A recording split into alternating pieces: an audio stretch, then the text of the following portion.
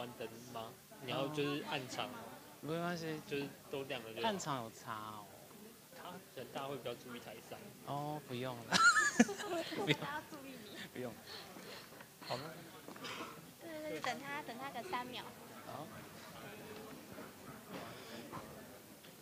好，各位先生、各位女士，我们这一场会议即将在几分钟之后开始。那请各位贵宾尽速的就座，谢谢。Ladies and gentlemen, the session will begin in a few minutes. Please be seated. Thank you.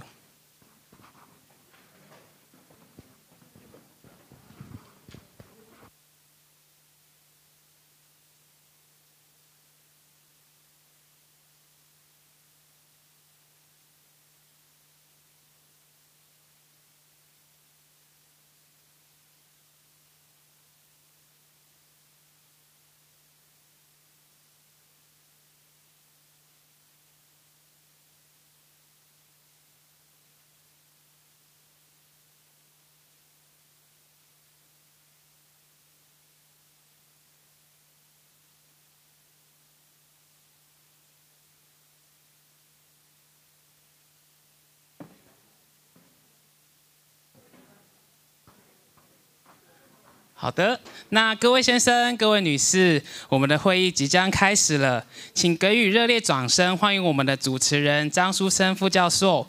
Ladies and gentlemen, the session is about to start. Let's give our warmest welcome to our moderator of the session, Dr. Susan Cheng. Thank you.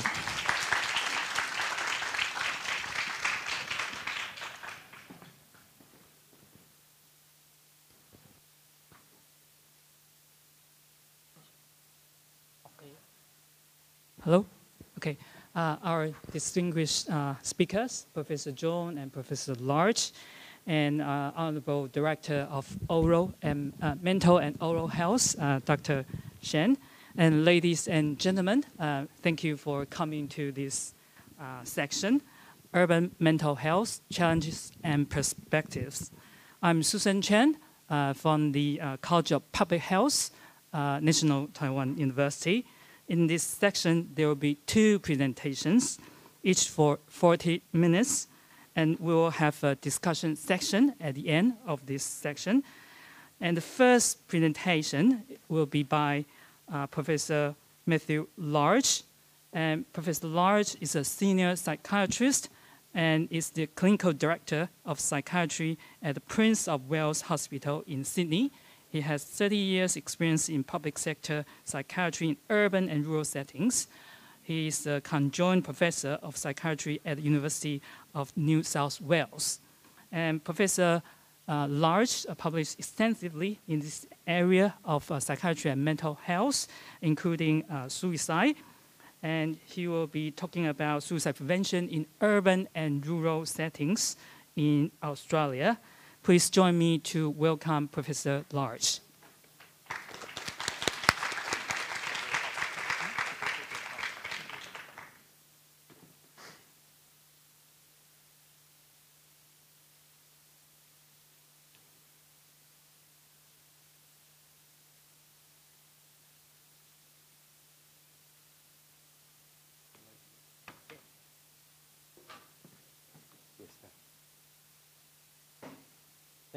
Thank you very much for having me, and thank you for inviting me.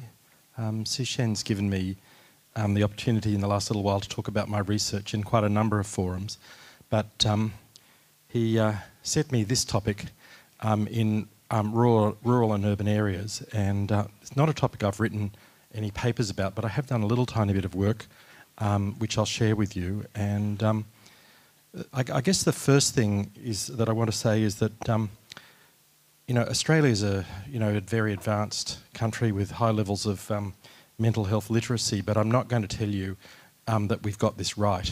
I'm going to present suicide prevention in Australia.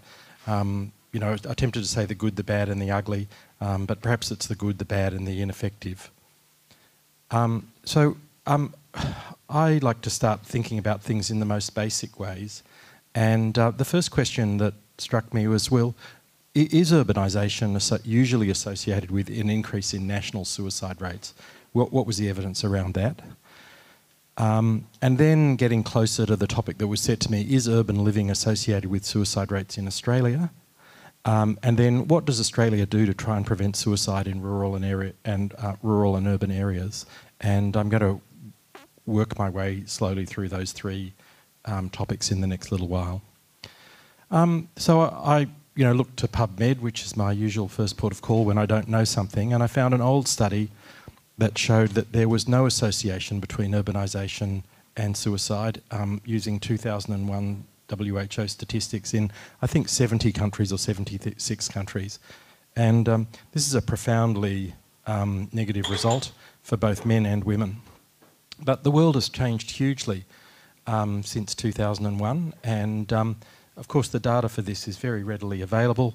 So I went to the WHO and downloaded some statistics, and the CIA World Fact Book, which has the proportion of urbanised citizens in, I think, 158 countries. And look, I didn't actually bother doing any statistics on this. So the bottom line is the proportion of the population that's urbanised. The vertical line is the suicide rate per 100,000 per annum. And I don't really think you need to do a regression line to show that, to demonstrate that that's actually pretty much a square. And there doesn't seem to be any overall association between urbanisation and suicide globally. And just for anybody who's a bit more cynical and thinks that it might be a bit more complicated than that, that's the sex ratio. The proportion of urbanised population on the x-axis, and the sex ratio, and you can see that also is profoundly negative. So the overall picture is that urbanisation is not a driver of international suicide rates, but things are always more complicated than that. And so we're going to get into some of that complexity in the next little while.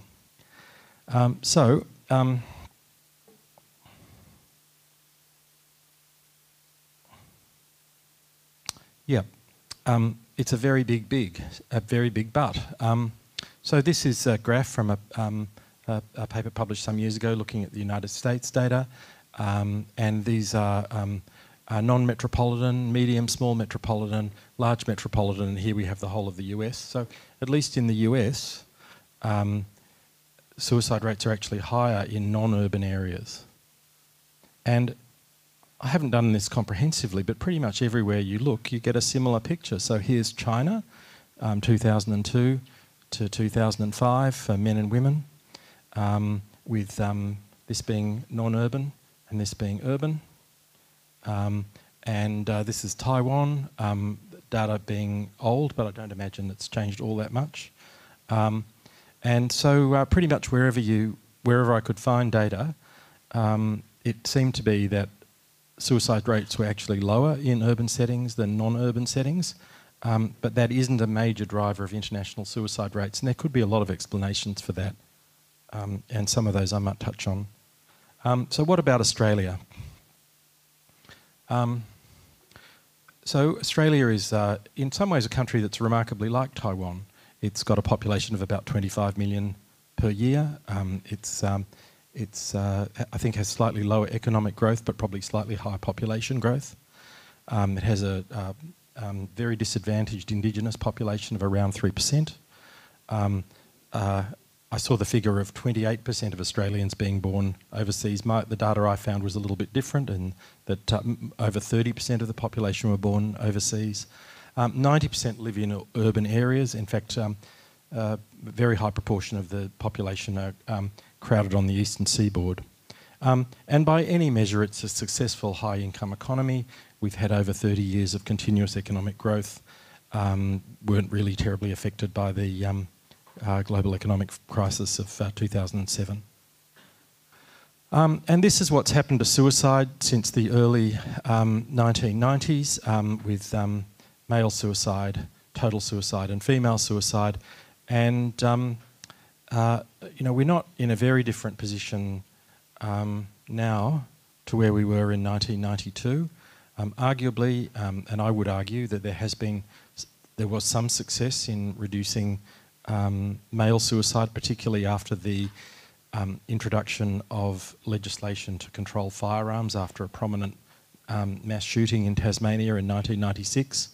But we really, we haven't really gone anywhere with preventing suicide among women. This is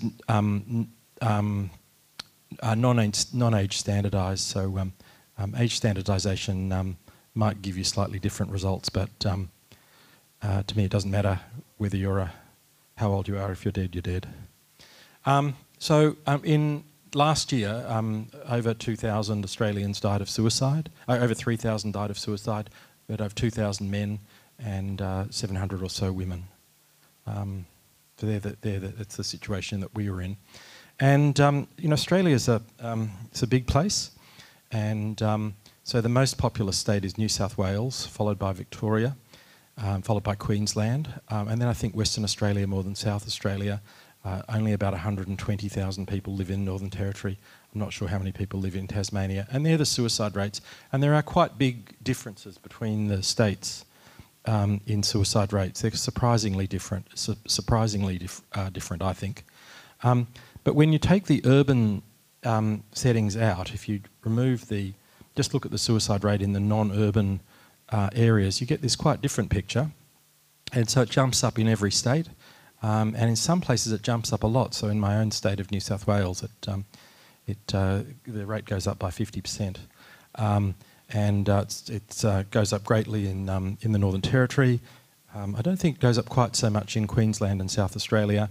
Also goes up a lot in Western Australia. So there's something going on in Australia that is similar to China, the United States, and Taiwan, with urban living actually being protective. Okay, and here's some actual data for capital cities. Australia is a federation. It's really the United States of Australia. Each of the states has a capital city, so that's Sydney, Melbourne, Brisbane, Perth, Hobart, respectively. And I haven't got every state here, but you'll see that in the big states and in Tasmania, the rural and remote suicide rate is really very high. In New South Wales and Victoria, there are some differences between the capital cities and non-urban capital and rural and remote. So I haven't really gone into the definitions of these, but in New South Wales there's one big city of some millions of people. I think about 5 million people. There are a couple of cities of about 100,000 or 120,000.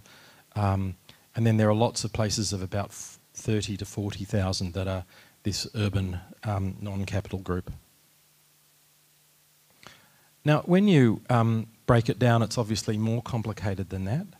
And this is a map of standardised mortality of male suicide, with darker being a higher rate. And even if you go down to like at tiny little urban areas, you can find quite significant differences within a few kilometres. And this area here, which is the eastern suburbs of Sydney, is the catchment area of the health service that I'm the director of. And I also have a role in health services in this area as well, the Central Australian region. And towards the end of the talk, if we've got time, I'm just going to talk a little bit about health services and some other matters in the Central Australian Health Service versus my area, my area is 270 square kilometres. This area here is 900,000. It's actually bigger than France and Germany combined. And you get a similar picture for female suicide with really quite big differences over quite small regions, and also differences within urban and rural settings. Okay, so just to sort of summarise, we've looked at international suicide rates, and we seem to think that the proportion of urbanised people within countries is not a great driver of international or of national suicide rates. And we've looked at a few selected countries. We haven't managed to do this comprehensively, but we've looked at a few places that are important and found that suicide rates in non-urban areas do seem to be higher. We then looked at Australia and we've confirmed that that's the case, although if you look at it on a micro level, it gets a bit more complicated than that. And I would say that Australia was modestly successful in reducing suicides in the late 1990s, but may not have been all that successful in doing so recently. So what have we been doing? Well, the answer to this is we've been doing an awful lot. And I think the Australian government's taken suicide prevention very seriously for a really long period of time. I think we pretty much follow the WHO guidelines about suicide prevention, which is this orthodoxy, and it's the orthodoxy that there should be some universal strategies for whole populations, that there should be some selective things we do for high risk groups, and then we should do some things for high risk people. Now, I'm somewhat critical of these last two things, but let me talk you through why that is as we go through here. So, I don't think that if we had a pill that would prevent suicide and had no side effects and cost $1, we would give it to the whole population. If we had one that cost a whole bunch of money, we probably would give it to high risk groups as well. But then you'd also have to think about why you wouldn't give it to low risk groups. So, the most important risk group for suicide in the community is male gender. Globally, male gender is associated with about 3 times more suicide than female gender. And if you were, to play desert island risk assessment and you had the choice between using male gender and suicidal ideation as your suicide risk factor, what should you choose? Suicidal ideas or male gender as a risk factor for suicide? You're only allowed one risk factor in this game. Well, I suggest you should choose male gender because it's more strongly associated with suicide than suicidal ideation, and it's easier to assess. Suicidal ideation is really tricky to assess. Gender's usually straightforward. It's, I think, quite tricky to find an intervention that you should give to high-risk groups, the vast majority of whom won't suicide, that should also be withheld to low-risk groups, among whom a lot of suicides occur. So, no one really questions that very much, but we'll come to we'll talk about that a little bit later on. And then indicated strategies for targeted individuals. Well, I work in a pointy end of an acute mental health service, it's around 5% of those patients will probably, about 5% of people who we think are high risk will probably kill themselves in the next 5 years. But would that justify,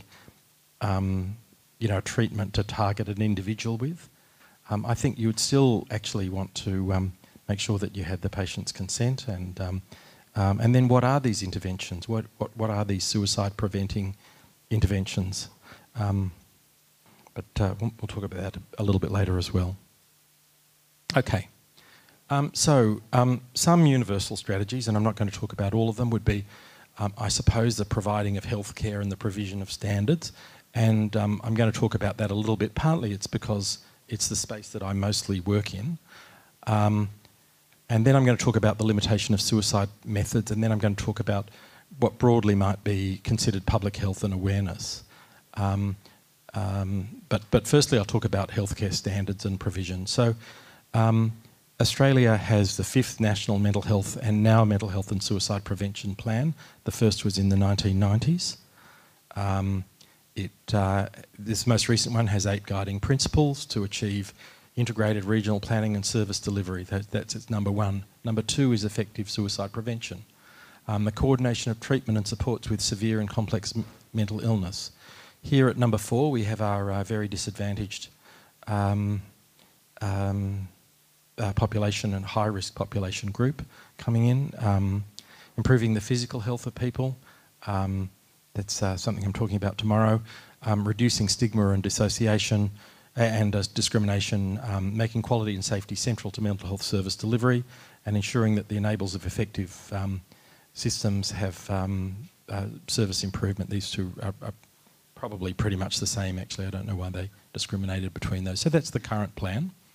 And we have a set of national safety and quality healthcare standards that are rolled out across the country, and every service gets rated on those standards, and these are some of the standards: governance and leadership, patient safety, safe environments for the delivery of care, partnering with patients, documentation, delivery of complex care, minimising harm, and some more technical things. And so the area health services are rated on those standards. I think the last rating was a few years ago, in a transparent sort of way. And we have a bunch of KPIs that that we have to try and stick to, that are about a whole variety of things, actually, a hodgepodge of things, but making sure that people don't stay in hospital too long, some health outcomes. There are things about access to care in various places. There's been a big movement to reduce the amount of trauma associated with mental health care. And so we have this elaborate system in place that's audited, and that looks all well and good. But I just want to put that in some context. So this is really mostly public mental health, although these, at least in theory, do apply to private hospitals as well. But actually the healthcare system is really complicated. Australia spends over 10% of its GDP on health. Hospital care is actually not the responsibility of the federal government, who make national policy. It's actually the policy of the states. The treatment of serious mental illness is basically the responsibility of the states. In addition to public health, we have federally subsidised private hospital cover, and about 45% of Australians are insured. And it's much harder to know what goes on in the private sector than it is in the public sector, although it's a big sector, even in mental health. And then we have federally subsidised outpatient private medicine, which includes primary care, which is increasingly federalised through the primary health networks. And these are some of the main drivers of, I think will be some of the main drivers of future suicide prevention viewed through the medical lens. And then we have a system of specialist referral with federally subsidised private medicine, including psychiatry. And we have most psychiatrists in the country actually in private practice. It's very hard to know what they're doing. We have a system of access to, I think, somewhat limited psychological services. And we have a very heavily subsidised medication system. So, for example, and I'm not criticising this, but you can get $70,000 worth of treatment for hepatitis C for $6 if you are a disability pensioner. And psychiatric medication, even very expensive psychiatric medication, it comes at a very limited cost to the patient. And then we have like quite complicated inpatient care. Every person in the country is lives in an area for which there's a catchment to a psychiatric hospital, and there are about 30 beds per 100,000 per annum. I don't know what the figure here in Taiwan is. Most beds are public, and most are acute. There's a shortage, in many people's view, of long-stay beds. Every state has laws for compulsory inpatient and outpatient treatment, and every patient has access, 24-hour access to assessment, almost all provided by the hospital system. So there's a very comprehensive range of health services. with public and private elements. That's been like a growing and increasingly regulated system. But if you look at in suicide prevention, it barely rates a mention in public documents about suicide prevention, and that might be because it's not all that important. So I know that in the United Kingdom, about 25% of suicide victims have had contact with public health services in the 2 years previous. I don't actually have data for Australia, but I suspect it's somewhat similar. So this is a summary of things we either should or are doing in Australia. This is from a publication by Helena Christensen in the Black Dog Institute, and it uses this frame, a little bit of the WHO framework, and includes aftercare and crisis care, the provision of psychosocial and psychological treatments, the improvement of mental health care in primary care, training for frontline staff, particularly police and ambulance. We have a lot of dealings with police and ambulance. I think the police actually do more psychiatric assessments than psychiatrists do on any given day. And then a range of things sort of outside health, gatekeeper training, school programs, community programs. And here we are to some of the more universal ones, which I'm going to talk about in a minute, which are media guidelines and means restriction. So, and I've just actually listed those there. So I might just firstly talk about what we've been doing with restriction of lethal methods.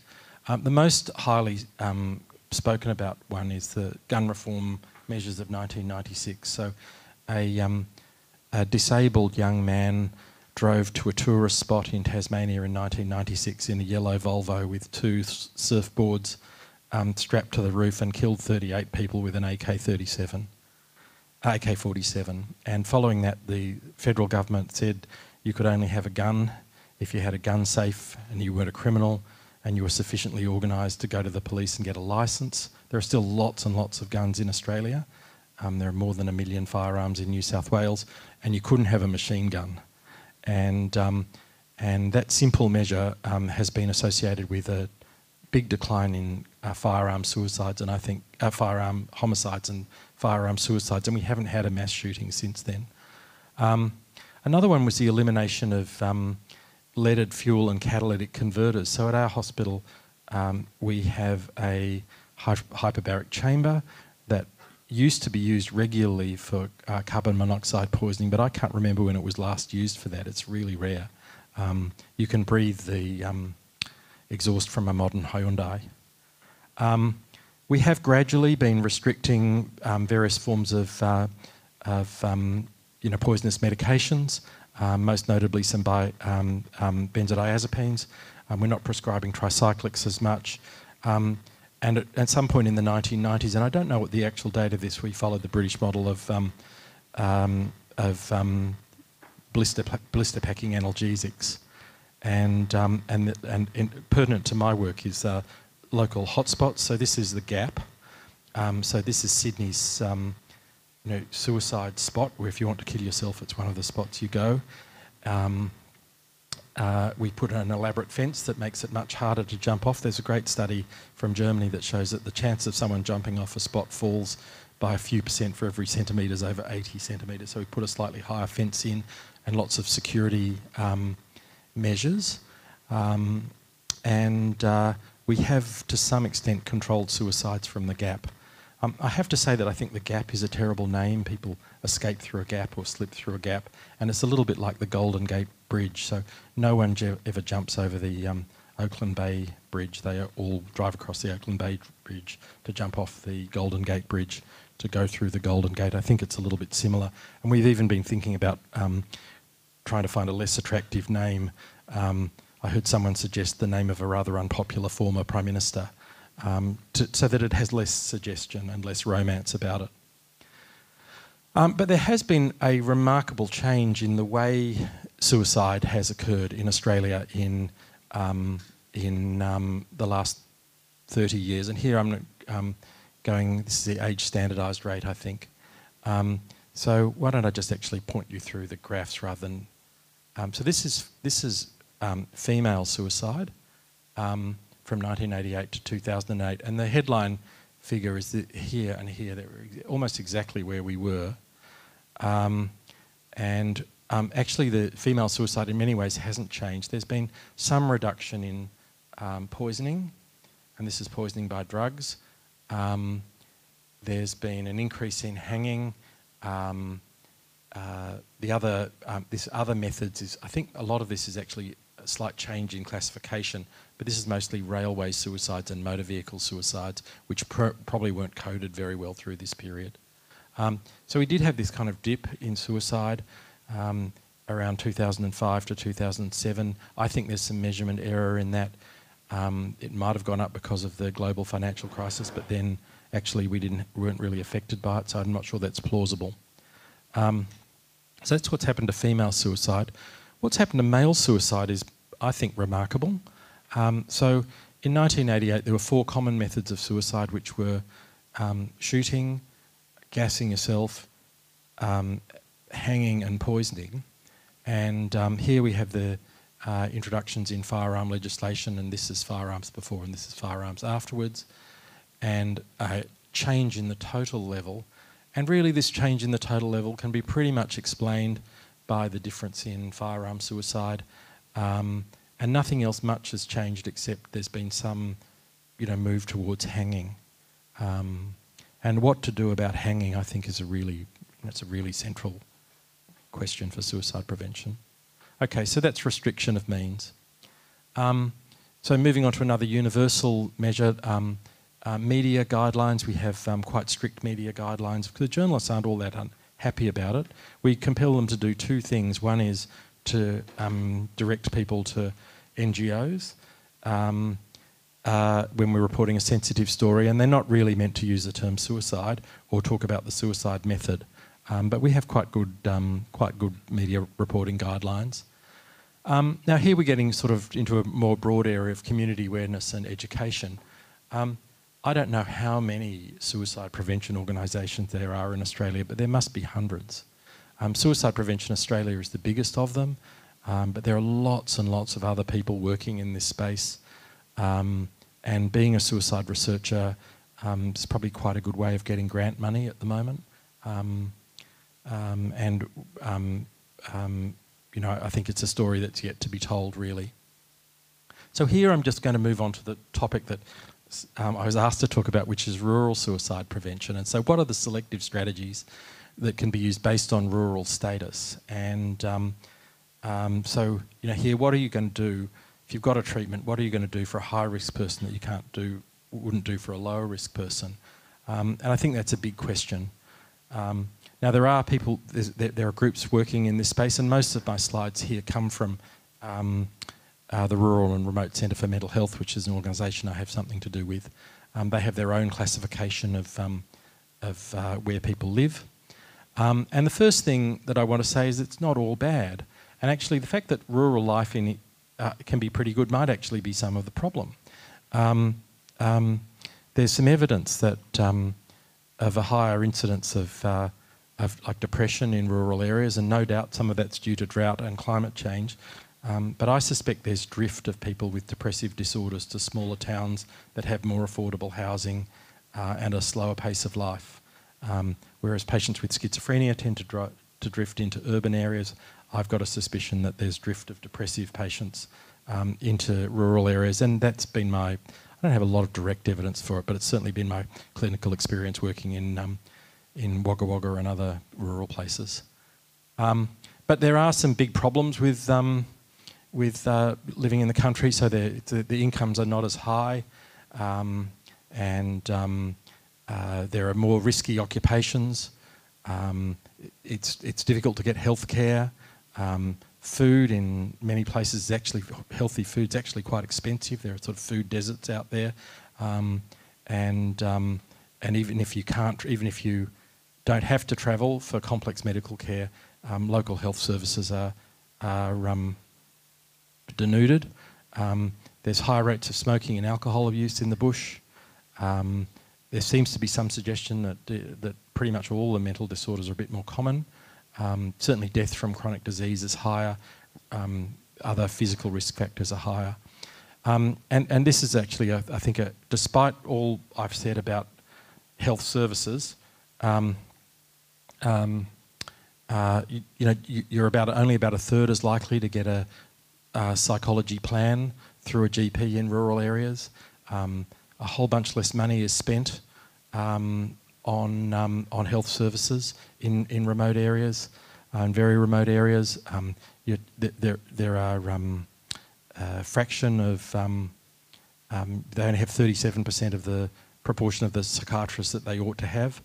They only have 61% of the psychologists. Mental health nurses not quite so bad. And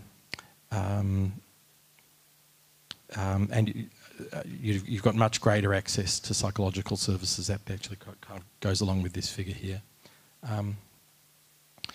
We also have the majority of the Indigenous population live in the bush, and rates of Indigenous suicide are astonishing and truly terrible. So there's like a bunch of things that we do, that we say we do in rural areas because of the suicide rate, but actually really these are things that we would do in the city as well. I don't know that there are too many things that are really specific to rural areas. I thought I might just actually describe two areas, one that I work in, another that I consult to. So this is Bondi Beach. It's at the centre of my health district. Here it is, it's about the size of Manhattan Island. It's got a series of lovely beaches and high cliffs. In this area, houses cost like $5 million Australian. In this area, they cost about 700,000 or 800,000. Income in this area is 10 times this area. We've got a site here and here where there's terrible drug use. But we have smattered across this various health centres and hospitals. And it's a very convenient location to all sorts of services. Here's the airport, the central city. And we have a lot of people per square kilometre, about 100 private psychiatrists, possibly 100 private psychologists. I'm not sure exactly how many. At my own service, I put this figure 400, but I asked one of our managers whether we'd actually made 500, and we've now got 500 employees. We've got many hundreds of general practitioners, 120 psychiatric beds. We have about 2,000 emergency department presentations per year. And I've said it's a wealthy area, and it's mostly white, educated, English-speaking. It's mostly very privileged area. And this is not a very good shot of Alice Springs, an area that I do some consulting to and travel to pretty regularly. So it's this area here, actually, the Barclay Tableland, and this area here, and this is enormous. So this is the size of, as I said, bigger than France and Germany combined. And they only have 50,000 people. So instead of being 4,500 people per square kilometre, there's about a tenth of a person. And there are 7 psychiatrists, 7 FTE psychiatrists in the whole area. There are 5 private psychologists, mostly working in non-health settings.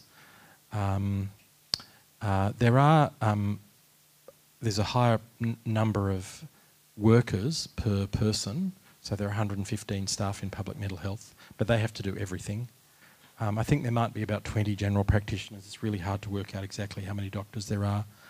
There are 12 psychiatric beds. It's a suicide hotspot. And that's really obvious. So we have 2,000 ED presentations for a population of nearly 300,000, and they have over 1,000 for a population of really only about 30,000 that could actually get to the ED. It has some of the lowest incomes in all of Australia. It's 35% of the population are Aboriginal, and within 200 kilometres of Alice Springs, they speak 120 languages, 120 different Indigenous languages, and most of those folk speak English as a third language or maybe even a fourth language. I'm going to try and wrap up. So what's happening and what's next? Well, when health services are adopting the zero suicide model, and I urge you to think carefully about it. It's a zero suicide model, in my view, has got some problems, the biggest of which really is that it's got a funny name, but certainly there's some good things in it. A really big thing that's happening is the disability insurance scheme, but whether that will translate to suicide prevention, I don't know. I think the primary healthcare networks are finally getting primary care a little bit more organised. There's no doubt that we're trying to do improved hospital aftercare. I mean, the big risk factor for suicide is being a recently discharged psychiatric patient. First week of discharge, about 3,000 per 100,000. This is very controversial, but it's quite likely that folk, when they get their pension, it's going to come in the form of a food voucher via a plastic card. I wanted to mention this. So many of the people who present to our emergency departments with suicidal ideation and behaviour are drunk, and alcohol is unbelievably cheap. And here are some of the other measures which, I'm not so expert in, but have advocates. This one I think is probably important. We've really just coming to grips with the degree of domestic violence and child abuse in our country, and I think in future that may have some long-term benefits for us. Professor Jorm's going to talk about mental health first aid. So to summarise, urbanisation doesn't seem to be a major driver of international suicide rates. I think it's an important thing to remember, and people like living in cities. And many countries that have higher suicide rates in rural areas, including Australia. But the reasons for this are likely to be complex and diverse, and might include reduced access to health care, poorer health outcomes in general, differences in lethal methods. I don't know that for sure, but you'd have to think that firearm access in the country is one of the factors, although lots of people I know own firearms. People emphasise the remoteness and difficulties in rural life, and certainly Australia is a country that's very affected by climate change. I think prevention is really going to be quite similar across urban and rural areas ultimately. But really, I almost think that, we've had this huge effort of suicide prevention in Australia over 30 years, and we obviously don't know where we would be had we not had that, but I actually think at this time we should probably have a bit of a pause and rethink. Thank you.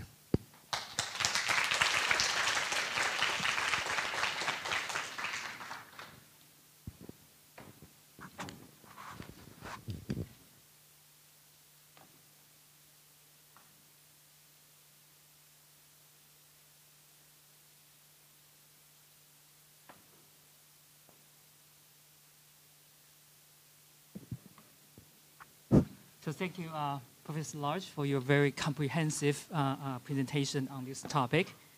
So our next presentation will be given by Professor Anthony Jorm. So Professor Jorm is emeritus professor at the University of Melbourne, Australia. Among his many achievements, one important contribution is to create the Mental Health First Aid, which was funded in Australia in 2000, but now spread to more than 25 countries around the world. And Professor Jorm will talk about increasing social support for people with mental health problems and through Mental Health First Aid. Please join me to welcome Professor Jorm.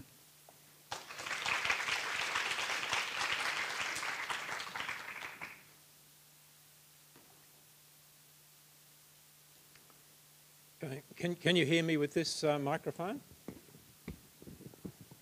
Not getting it. Yes, somebody's nodding at the back. That gives me confidence. Okay.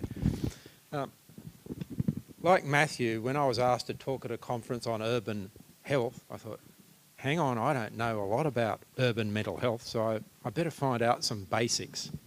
So the first thing I did was to try and figure out how to change the slides, is the first thing. Yeah, I did that one. There you go, look. I can do it on the arrows. Try again? Okay, good, thank you, thank you. So what I did is went to the literature and I had a look for some literature reviews, and I found a very nice systematic review by some Dutch researchers looking at urban-rural differences in epidemiological studies. And they had a sort of dichotomous approach, or either urban or rural, a very simple sort of approach, because really there's a sort of continuum of urbanicity.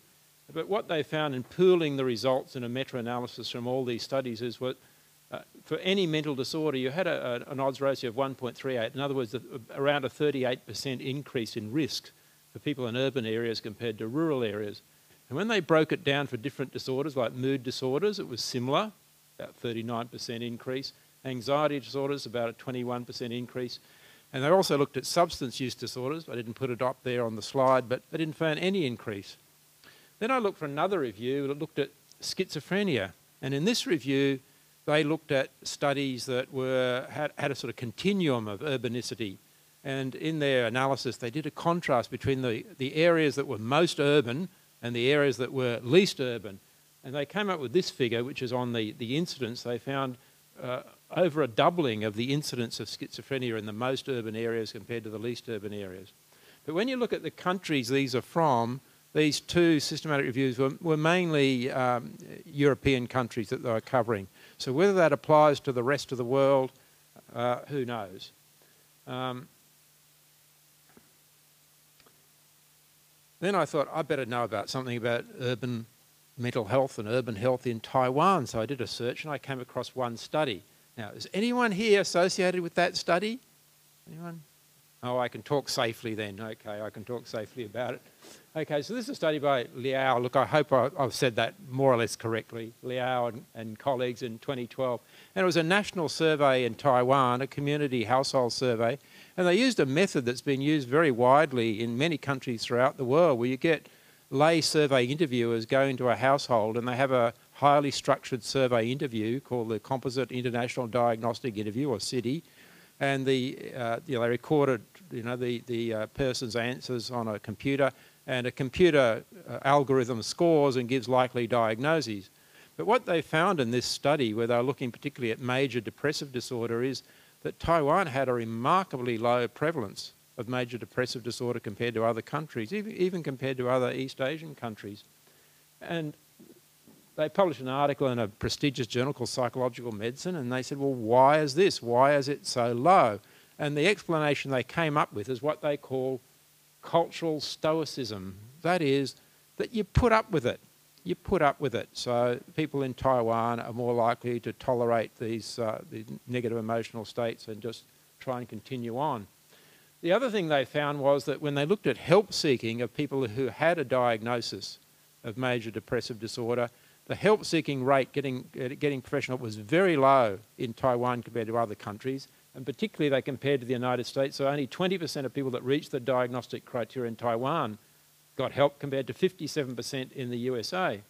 And they also looked at urbanicity, and they found that urbanicity was associated with a higher prevalence. But do we know, was there really a higher prevalence, or was it urban Taiwanese had less of the cultural stoicism? So their conclusion was, and I quote them, "These findings indicate that there is much room for improvement in the early detection of and intervention in major depression in Taiwan." Interesting problem. Okay, then I thought, okay, what about suicide? I don't know anything about suicide in Taiwan, so I went to the best source of all, Wikipedia. Think that's a good source? I've actually done some research on Wikipedia and on the quality of mental health information in Wikipedia compared to other sources. And Wikipedia is actually a very accurate source of information. It's as good as the top psychiatric textbook in terms of its accuracy. So I don't know whether this article is, but what I found is they had a list there of suicide rates for 183 countries.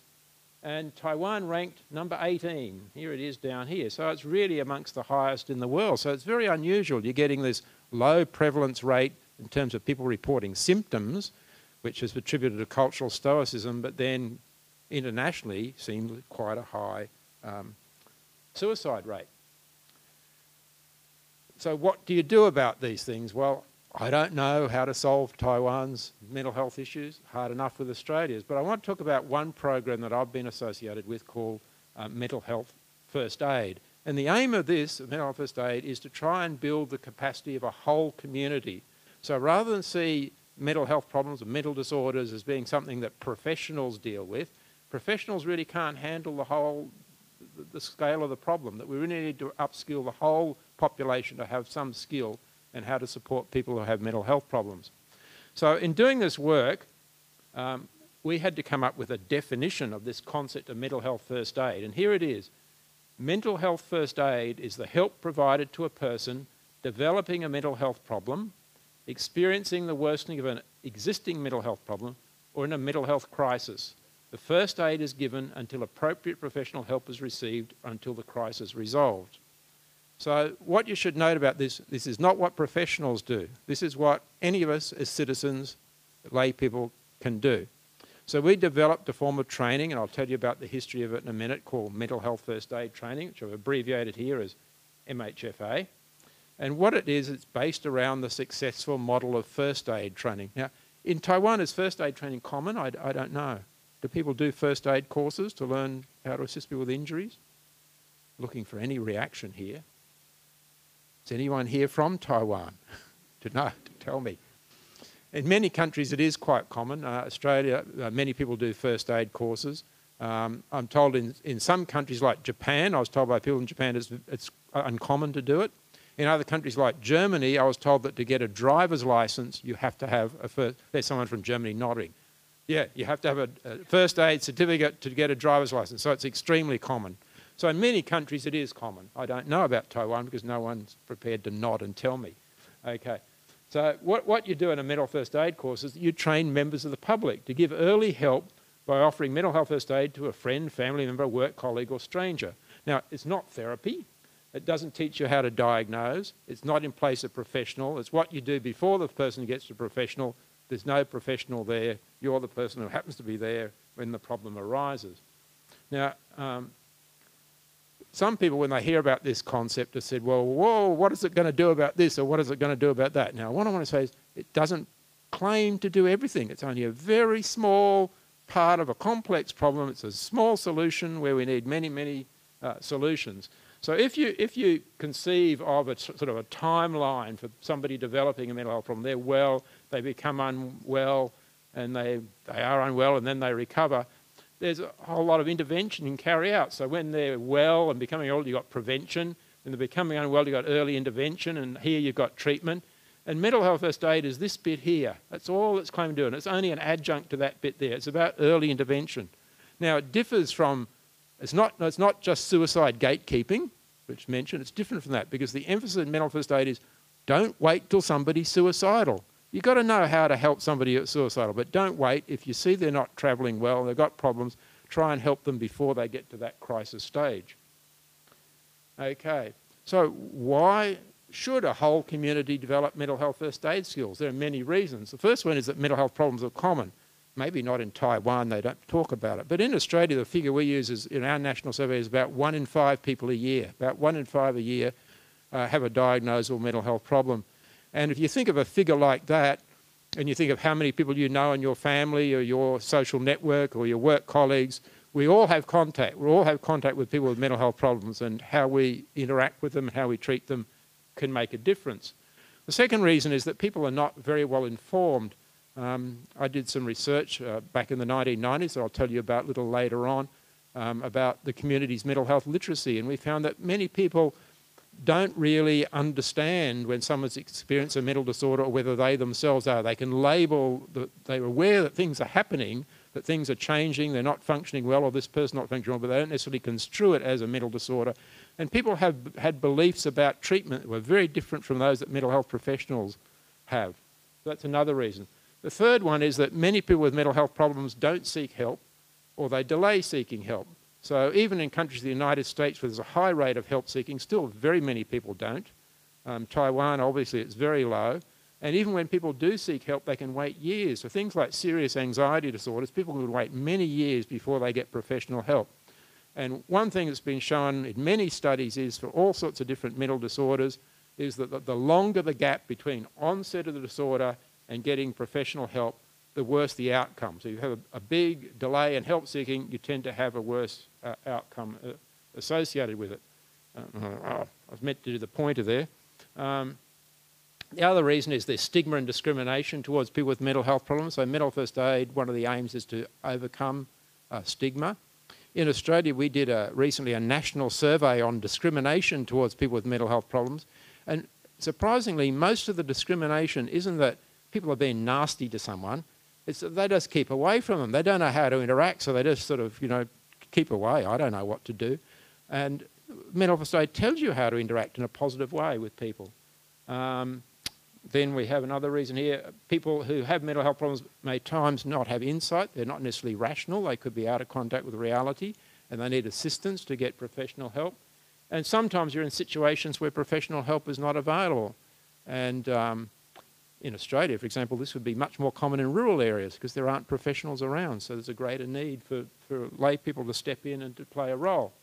So how did all this start? This all started because back in mid-90s, I did this survey called Mental Health Literacy, a survey of the public's ability to recognise mental disorders and their beliefs about the effectiveness of treatment. It was published in the Medical Journal of Australia, and it's one of the most cited articles ever published in the Medical Journal of Australia.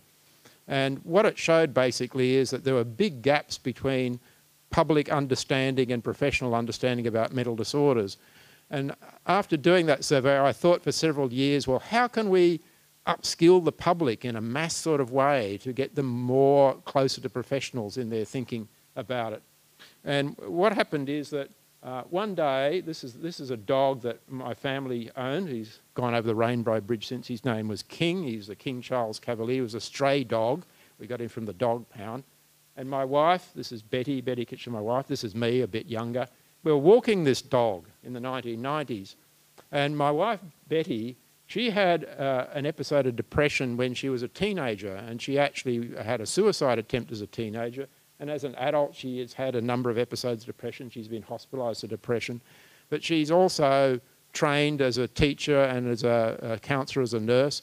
And she used to teach physical first aid for Red Cross in Australia. On the side, she used to teach evening and weekend courses on the side. So we were walking the dog one evening, as we always did, and we had a conversation. We discussed why don't first aid courses cover how to help someone that's suicidal or having a panic attack or out of contact with reality. Well, yeah, they ought to do that. So we decided we would create such a course. So our vision then was to do something as a community service activity in the city we then lived in, which is Canberra, Australia's national capital. It's a city of a few 100,000 people. And we thought we'll run 1 or 2 courses on the weekend in our own time, just as a community service. That's all we envisaged ever doing. So we never really got around to do it. We used to, because we're busy, so we used to talk about it all the time. What would you do if you did mental health first aid? Then in 2000, Betty worked at the Canberra Hospital, and she reduced her paid working hours and then worked on it as a part-time volunteer. And then things really got going in ways we never would have expected. So in trying to get together a mental health first aid course, both of us are very evidence-based. We said, well, we're going to have really good evidence of everything we're going to teach in this course. And what we found was there was a lack of evidence about what you could do as a layperson to help someone as a mental health first aider. But anyway, we came up with this action plan. So when you do physical first aid in Australia, you have this action plan DRABC. It probably doesn't work quite the same in Cantonese. I don't know how it would work. But you have this action plan and you teach around this action plan. So we came up with this one called ALGE or ALGE, which is you approach the person. You learn how to approach the person, to talk about your concerns about them. You assess whether they're in a crisis, like are they suicidal or are they self-harming, something risky going on. And then you assist with that crisis. That's your priority. You listen and communicate with them non-judgmentally. You do a lot of listening and you don't judge them. You give them social support, practical support, and you give them information. You encourage them to get professional help. One of the biggest determinants of whether people get professional help for a mental disorder is that somebody suggests it. And you encourage other supports. You encourage other people in their social network, and you encourage them to use self-help strategies. Now, because the word algae in English, straight English, doesn't mean a thing, we created this character called Algae, this koala. He's the mental health first aid mascot, and his name's Algae. So it actually gave a sort of concrete meaning to it all. Okay, so Betty did all the work developing the course. I had sort of input into it, but I was basically a researcher working on it with her. But what we started out with was a mental health first aid course, which we now call the standard course. So this is for adults helping other adults, and it's suitable for delivery in workplaces and in the general community, and it's a 12-hour course, and you can deliver it over 2 days or 4 separate modules of 3 hours each, and here's the manual, up to the 4th edition manual now of mental health first aid, standard mental health first aid, and that's what we started out. And this is the sort of things it teaches.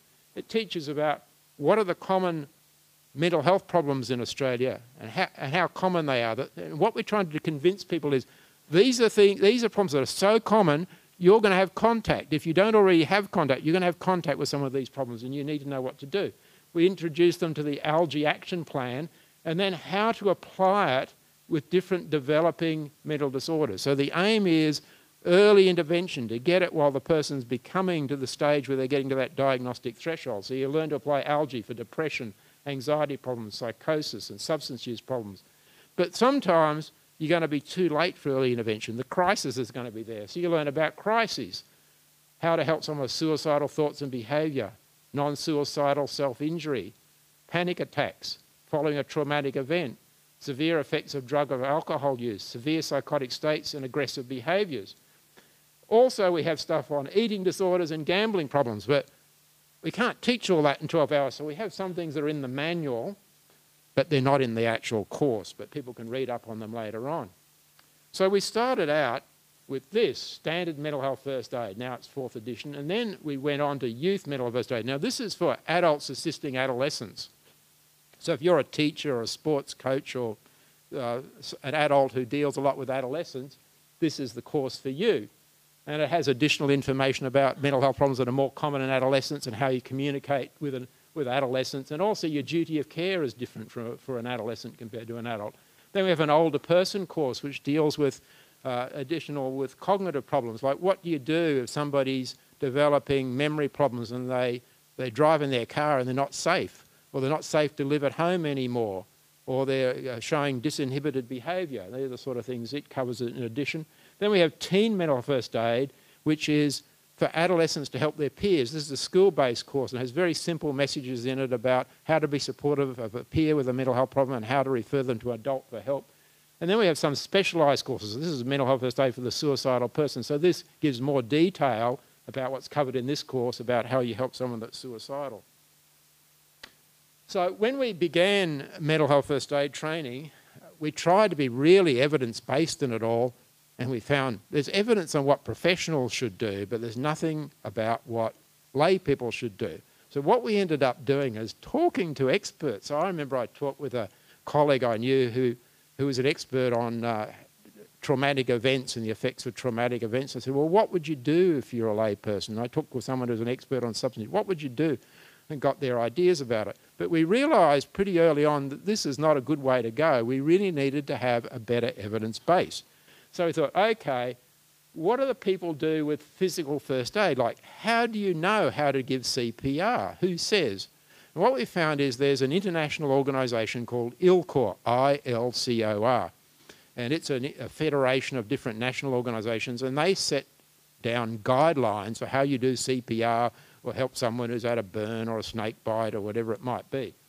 And then first aid courses then teach according to those guidelines. So we thought, okay, we need mental health first aid guidelines. How do you develop mental health first aid guidelines?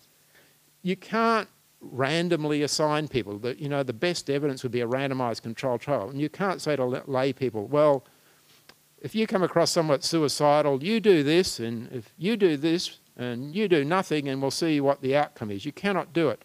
So what we did was we used a method called the Delphi method, which is a way of getting expert consensus. So what we got is we'd get a whole list of things you could do to help, say, someone that's suicidal, and we'd get people who've been professional experts, say on suicide, people who've been suicidal themselves and become consumer advocates, and also people who've been carers of people who've had that problem. And we got the consensus across all those three groups about what should be done. So it's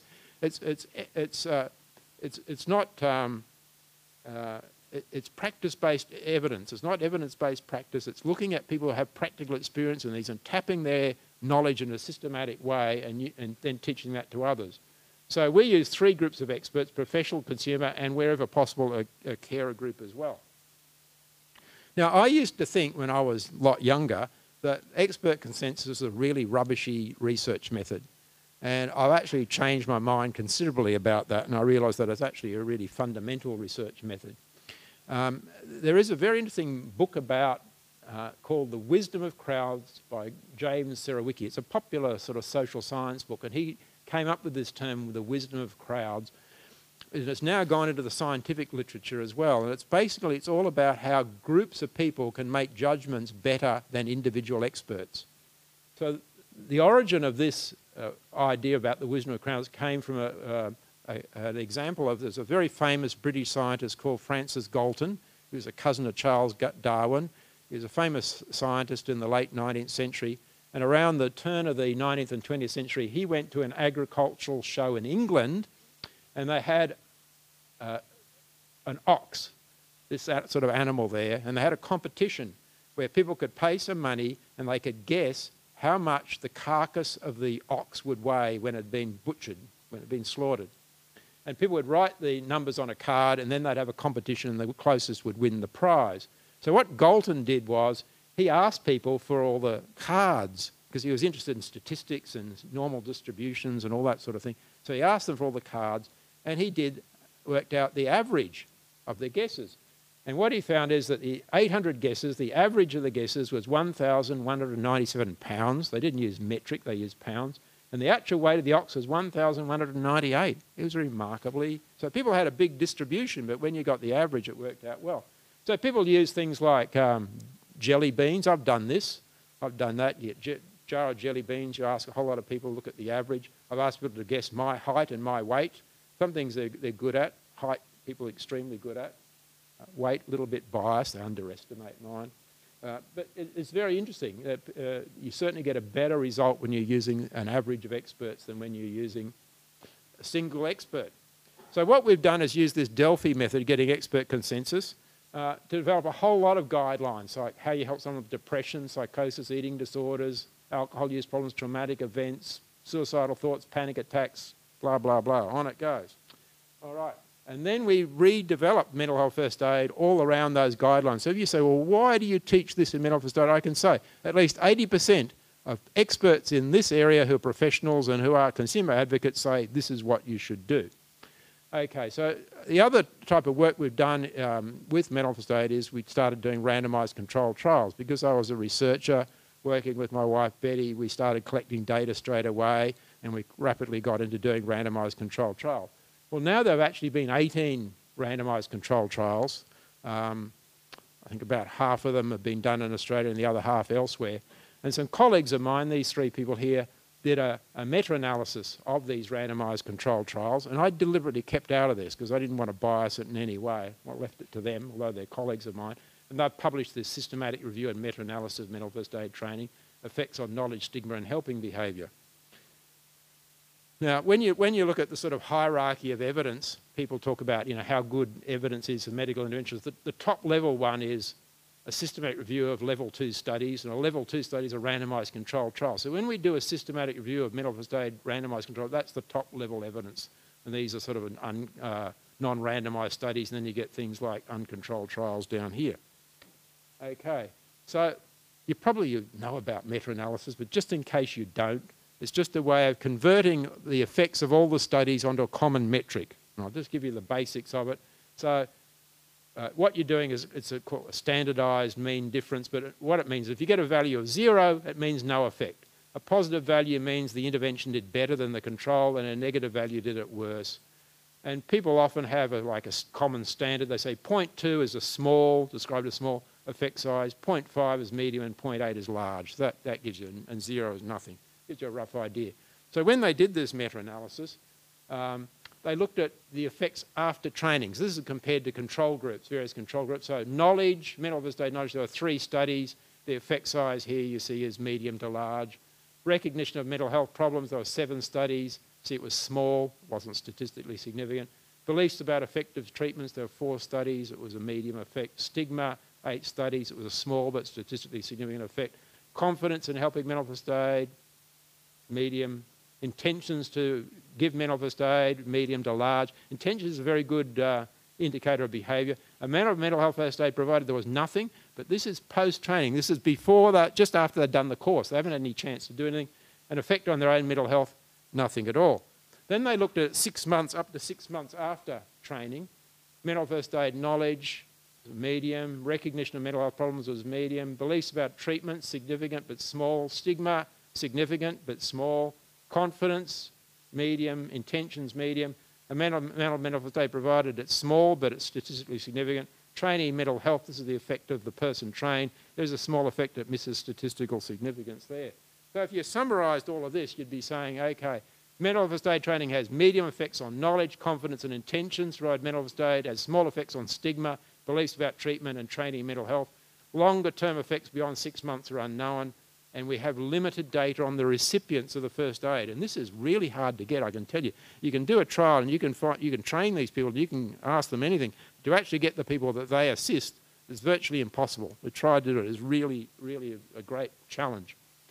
Okay, so the history of mental first aid and its dissemination. It started in 2000. Betty is a part-time volunteer. We never thought it would get very big. Currently in Australia, we have trained 800,000 people, which is more than 3% of the Australian population. So now you're not just looking at a training program, you're looking at changing a population. It's spread to, it's more than 25 other countries, and there are more than 3 million, it must be close to 4 million people trained worldwide at this point in time. So people have said, well, why is it that this training program spread so widely? Because a lot of good training programs, probably equally as good as this, have been developed, and usually they don't spread. And we never thought it would spread, and we've wondered what did we do right? And it wasn't necessarily good planning, but we happened to do it. Why did it work? And so we tried to analyse why it worked. And one of the reasons is we think that we built on a familiar model, the first aid model, that people are familiar. There's a cultural notion of giving first aid, of the layperson helping someone in an emergency. And we linked onto that and applied it to mental health problems. So in Australia, for example, one survey found 11% of Australian adults have done a physical first aid course in the previous 3 years. First aid training is required in many work roles in Australia. So if you're a childcare worker, you've got to have a first aid certificate. So people get this notion, and that really helps spread it. The other thing is there is a public need because the prevalence is so high. If you're doing this 1 in 5 people a year, everybody's going to have contact. So everybody needs to know what to do, and people lack knowledge about what to do. They feel inadequate. And what we found in Australia is the demand actually seems to be greater where the formal services are fewer, because usually in Australia, as Matthew said, you get more in the city. If you're in the big city, there are better services. But what happened with mental first aid is it spread in the rural areas more because there weren't the services there, and maybe people felt more community connection. And also we tailored it to different needs. So it wasn't like we started off with one course, standard mental first aid, this one, then we got the youth one and the teen one. Then we got Aboriginal and Torres Strait Islander. This is all taught by Aboriginal people. And then we got for Chinese Australians, this is we got one in simplified characters and one in traditional characters. And I've got a copy of the one in traditional characters here you can have a look at. But it's for Chinese-speaking Australians. Here's one for Vietnamese-speaking Australians. And then it went to other countries and it gets tailored. So see this one here, this is the Maori people in New Zealand. What language do you reckon that is? Welsh? Yeah, it's Welsh. What do you reckon that is? That one. Turkish? No, it's Finnish. That one's Finnish. This one is a US one in Spanish. This one is, you guess it's Arabic or Saudi Arabia. And this one, I think this is Hong Kong. I think it's Hong Kong. You can read it, I can't. It is Hong Kong? Thank you. Okay. The other thing that was important is right from the beginning we had a strong partnership with research. So right from the very start we started doing studies. We did these Delphi expert consensus studies to develop the content. We started doing trials to assess the effect on knowledge, beliefs and attitudes. Another factor in its dissemination is we had a very decentralised model. So, and it was quite by chance we did it this way, we just didn't have the resources. So we didn't set up an organisation that then employed all these people that then tried to offer this across Australia and across the world. What we did is to set up an organisation which would train instructors and support them, but those instructors would be on their own. So in Australia, the instructors work for health departments, they work for universities and colleges, they work for schools, they work for non-government organisations, and they work as private practitioners. And it's up to them to run the courses, and we support them to run the courses, and they work out the fees and so on for the courses. So there are a whole lot of different models, and what that's meant is that people are embedded. So there are people embedded in that organisation or in that local community. So you can go to some very remote areas in Australia and you find there's a mental health first aid instructor there who's connected to that community, which helped its dissemination. And the same in other countries. Mental First Aid Australia has not tried to run it in other countries. It gets a partnership with an organisation in that country which has the local connections. Also, there's a sustainable funding model, because when you develop any health promotion program, you can get some government grant to start it off, and then the money runs out and people don't know what to do. But people are prepared to pay for mental health first aid training, and there's a tradition of it. So some people run these courses on a fee-for-service basis, and they can make a living out of it in Australia, because in some areas you're expected to have a mental health first aid certificate. So people are prepared to pay, organisations are prepared to pay, because they have a concern about the mental health of their employees. What is gradually becoming happening now is that people are accepting that you need mental health first aid training for certain roles. So in Australia, if you work for somebody who helps people in debt, we call them financial counsellors, you help people who are in debt, who often have mental health problems, you do a mental health first aid certificate as part of it. And in some universities in Australia, if you train as a nurse, all the nurse students all do mental health first aid. So it's becoming embedded in the culture. So what are the implications of that, getting back to the theme of the conference of urban mental health? Well, I think what we need to see is that to deal with the scale of the problem of mental health in a community, including an urban community, we need to have greater support for people with mental health problems. And mental first aid training is a way of increasing that support, increasing the quality of that support, and it's a way of doing it we can do on a mass capacity. I believe in Australia we're up to greater than 3%. I think we can easily get 10% of the population of Australia trained, and I don't see why you couldn't get 10% of any country trained. It's achievable. Worldwide, we could potentially get hundreds of millions of people trained. The biggest challenge, I think, is going to be dissemination in low and middle income countries, because there I think the funding model is going to be difficult compared to high income countries.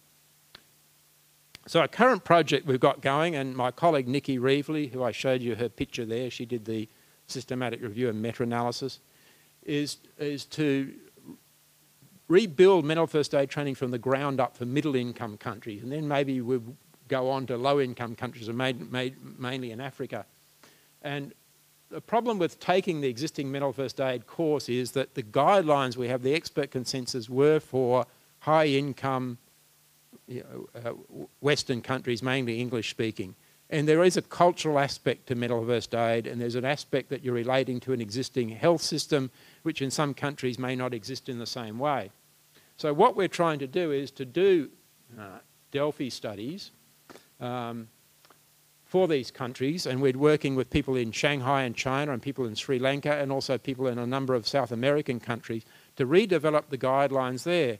And I'm interested to see whether there will be some cultural universals, where there are some things about mental first aid that apply across humanity, and from some preliminary work I've done, I think that is true. There are some things that are probably universal to us as humans and the way we treat each other, but there are also some cultural aspects as well.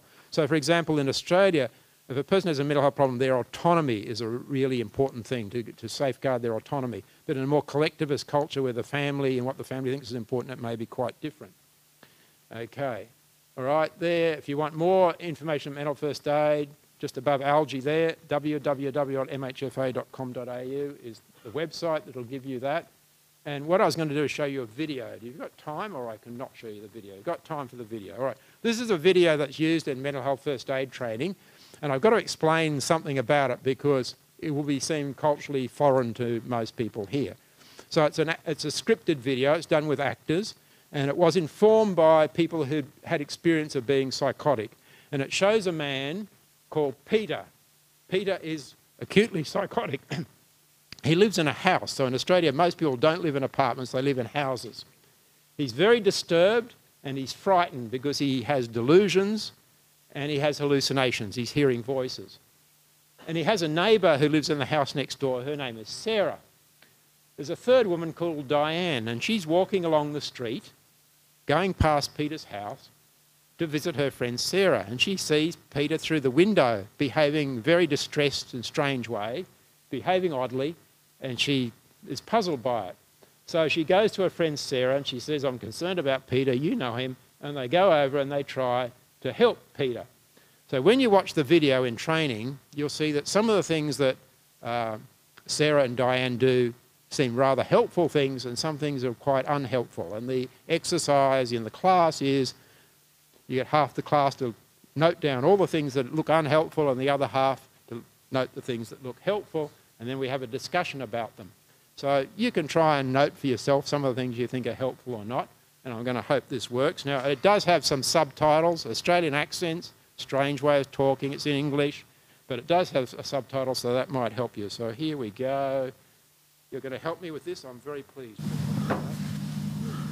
What do you want? No, I'm not going to, no. No. No, stop. No, no, shut it, no!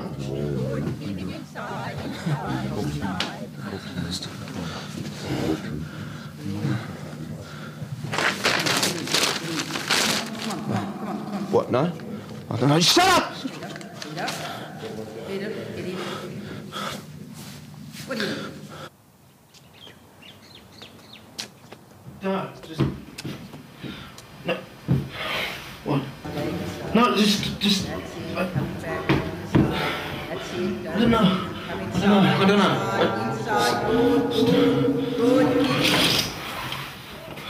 don't know. What? Who? What? No, it's not. Oh, no.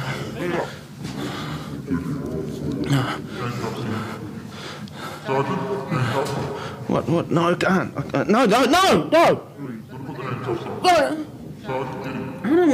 want to. I don't want to.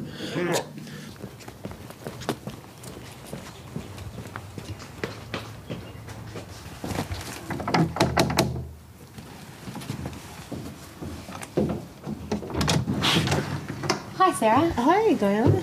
You know Peter pretty well, don't you? Yeah, pretty well. Help him out when I can. Why? I was walking past his place and I could see him through the window. I thought he was arguing with someone, but I don't think there was anyone there. Are you sure he wasn't on the phone? Yeah, I could see him through the window. He was just pacing around. He looked really upset. I don't know what's going on with him. I was going to pop in and make sure everything was okay, but I thought he might get mad with me or something. So you didn't knock? No. He looked really pissed off. I thought I'd come tell you. Do you think we should go see what's going on? Yeah, probably a good idea. Yep. I'll just go and grab my keys. You want to dump your stuff? Oh, cool, thanks.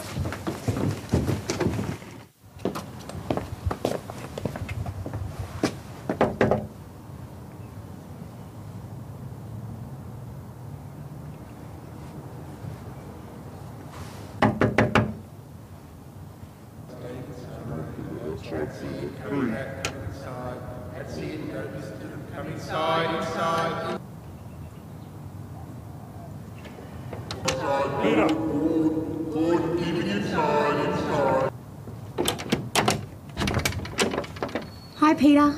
Are you okay? Hi, Peter. Is everything okay? I haven't seen you for a while. You seem a bit upset. What are you doing here? What do you want? Well, you just seem a bit stressed, and we thought we'd come and have a talk. Yeah, I suppose. What do you want to talk about? Well, it's a lovely day. Why don't we go and sit out on the veranda and have a cup of tea and have a talk? No, it's not safe. You come inside. Peter, we're your friends. We wouldn't bring you outside if it wasn't safe. No. I'm staying right here. I'm staying here. We've had some lovely afternoons on your veranda, haven't we? Remember when I first got Jessie, when she was a pup? We sat out here and we drank tea and she licked your jeans. Yeah, but it's different now. What if you sit in this chair that's closest to the door and then if you don't feel safe, you can come back inside? Oh, no, I don't know. Please, Peter, we care about you. We just want to have a talk. You can come back inside if you want to.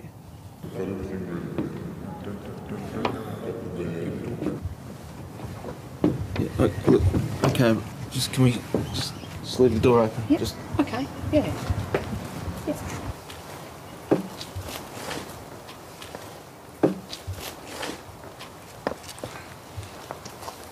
What are you looking at, Peter?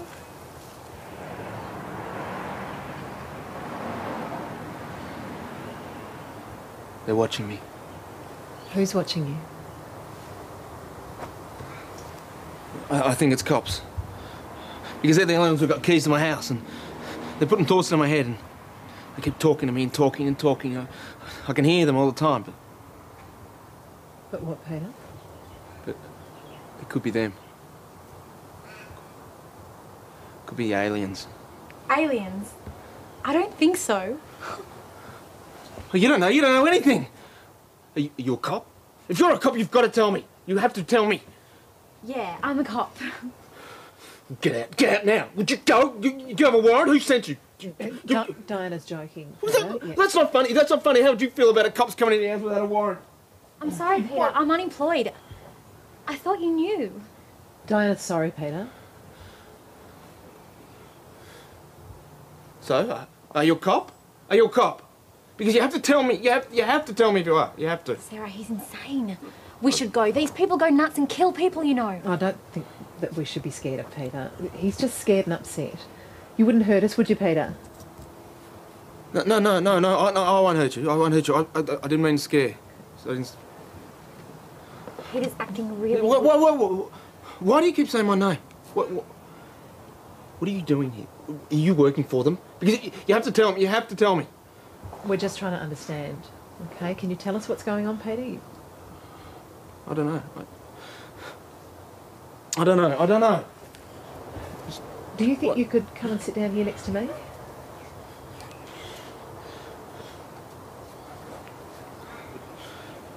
She's looking at me. She's looking at me with like, angry eyes. I'm sorry. I didn't mean to. Peter, would you like to sit down? And Diana, would you like to sit down too? Remember, you can go back inside at any time, okay?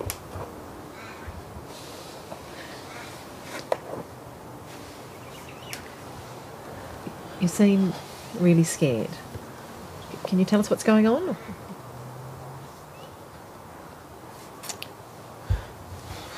It's getting worse. It's getting much worse. I think my doctor's trying to poison me. So the tablets he gives me, they make me easy to control. So I just stopped taking them. Stop. Okay, so you've stopped taking your medication. Of course I did. Would you take pills that are poisoning you? Now they just keep talking to me instead. Because they can't get into my mind. They just keep talking and talking. I won't shut up. Peter, calm down. Will you listen to yourself? It's rubbish.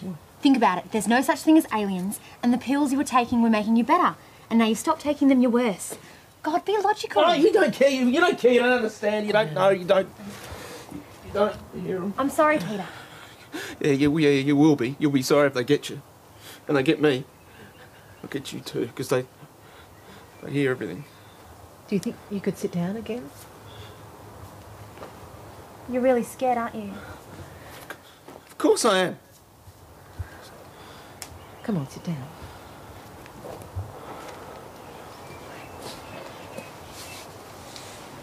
Okay, so you feel like you're being watched all the time. That must be really scary. Yes, it is. Yes. It's no wonder you're so stressed out. Peter, Sarah and I want to help. Is there something we can do to make you feel better? No, you can't do anything. Nothing. We're worried about you, Peter. I'd like to call the crisis team. I think they'd be able to help us out here. What do you think? No crisis team. I don't trust them.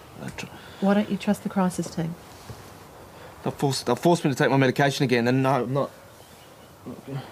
Well, that's possible, but they'll want to talk to you about more than just your medication. Like, they'll try and understand what's going on and try and help you. They'll protect you from the aliens. I reckon that the crisis team will come and they'll know what to do and how to help us. I'll sneak back to my place and call them from there. No, I don't want to stay here. Look, Peter, we've got some options. We could get someone to come out here and talk to you, or we could go to the hospital, or we could just call the crisis team and ask for some advice. No, I don't like any of those options. I don't want to talk to anyone at all. No one. Look, I understand. It seems pretty scary. What do you think we should do? Don't do anything. I didn't ask for your help. Peter, I'm your friend. If I was as scared and stressed out as you are now, wouldn't you want to help me? Yeah. You've always been nice to me. You've helped me with my groceries and around the house and stuff. Okay. Well, what can we do? We need to get some help. I don't want any help. I don't want any help. Don't. I understand that you don't want any help, but we're worried about you, and I think that if we don't run with one of the options that we've talked about, then I'll have to call the police. No cops. Definitely no cops. Okay. Well, Definitely no. Which of the other options do you want to go with? I don't know. I guess the crisis team. Guess. Okay. Don't tell anyone. Would you like me to call them here and then you can listen to what I say? Yes. Yeah? Okay. Don't tell them any lies. Don't. I'll make some tea for us if you like. Yeah. Yeah? Okay.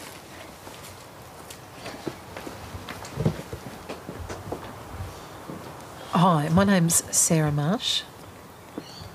I'm calling about my neighbour, Peter.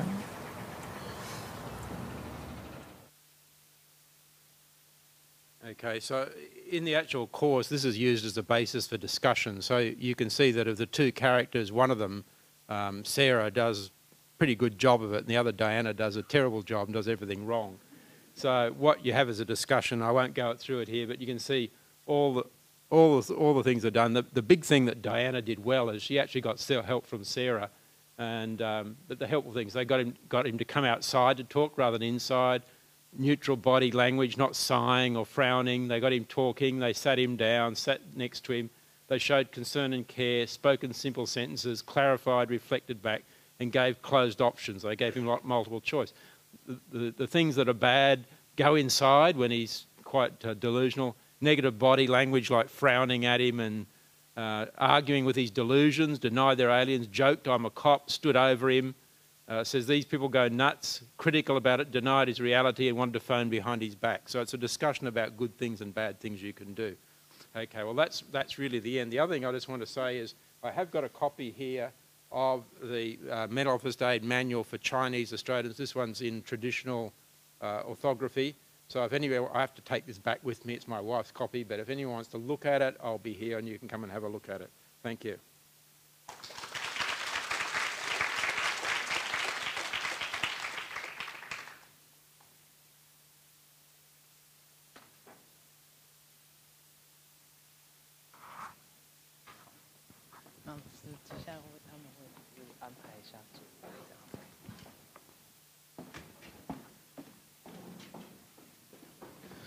Hello. 各位先生、各位女士，那等一下呢，我们会有差不多20分钟的提问时间。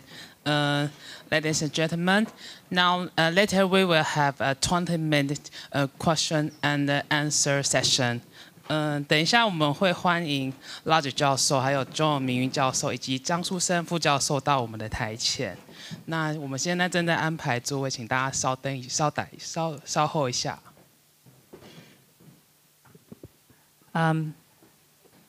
I'm aware of the limitation of time, but I think we still have around 15 minutes rather than 20 minutes because we have to finish this, the latest by 3:30. Okay, so when we are preparing this, please could you just think about what kind of question you will have? Okay, so we probably can take maybe up to 3 questions. Okay.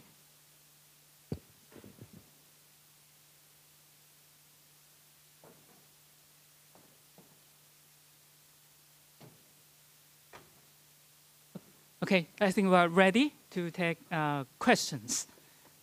Yes.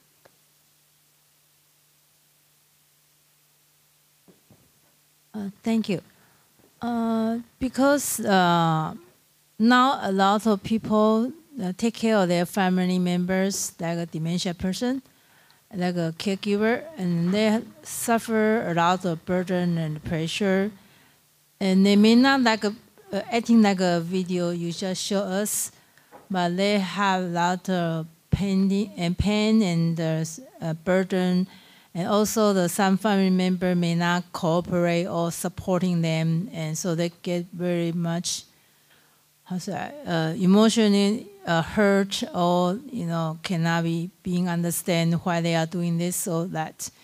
So in Taiwan recently, so in these few years, there happened a lot of killing their parents, or hurting themselves, suicides. So I would like to know, how can we help them, in your professional way to help them this way? OK， 所以这个问题主要是关于这个照顾者的负担，就是说这个在台湾有这个，比如说失智症啦，他们的家属可能有这个心理负担，以及甚至这个自伤、自杀、杀人的想法这样子。那请教这2位专家他们的这个关于这方面的意见。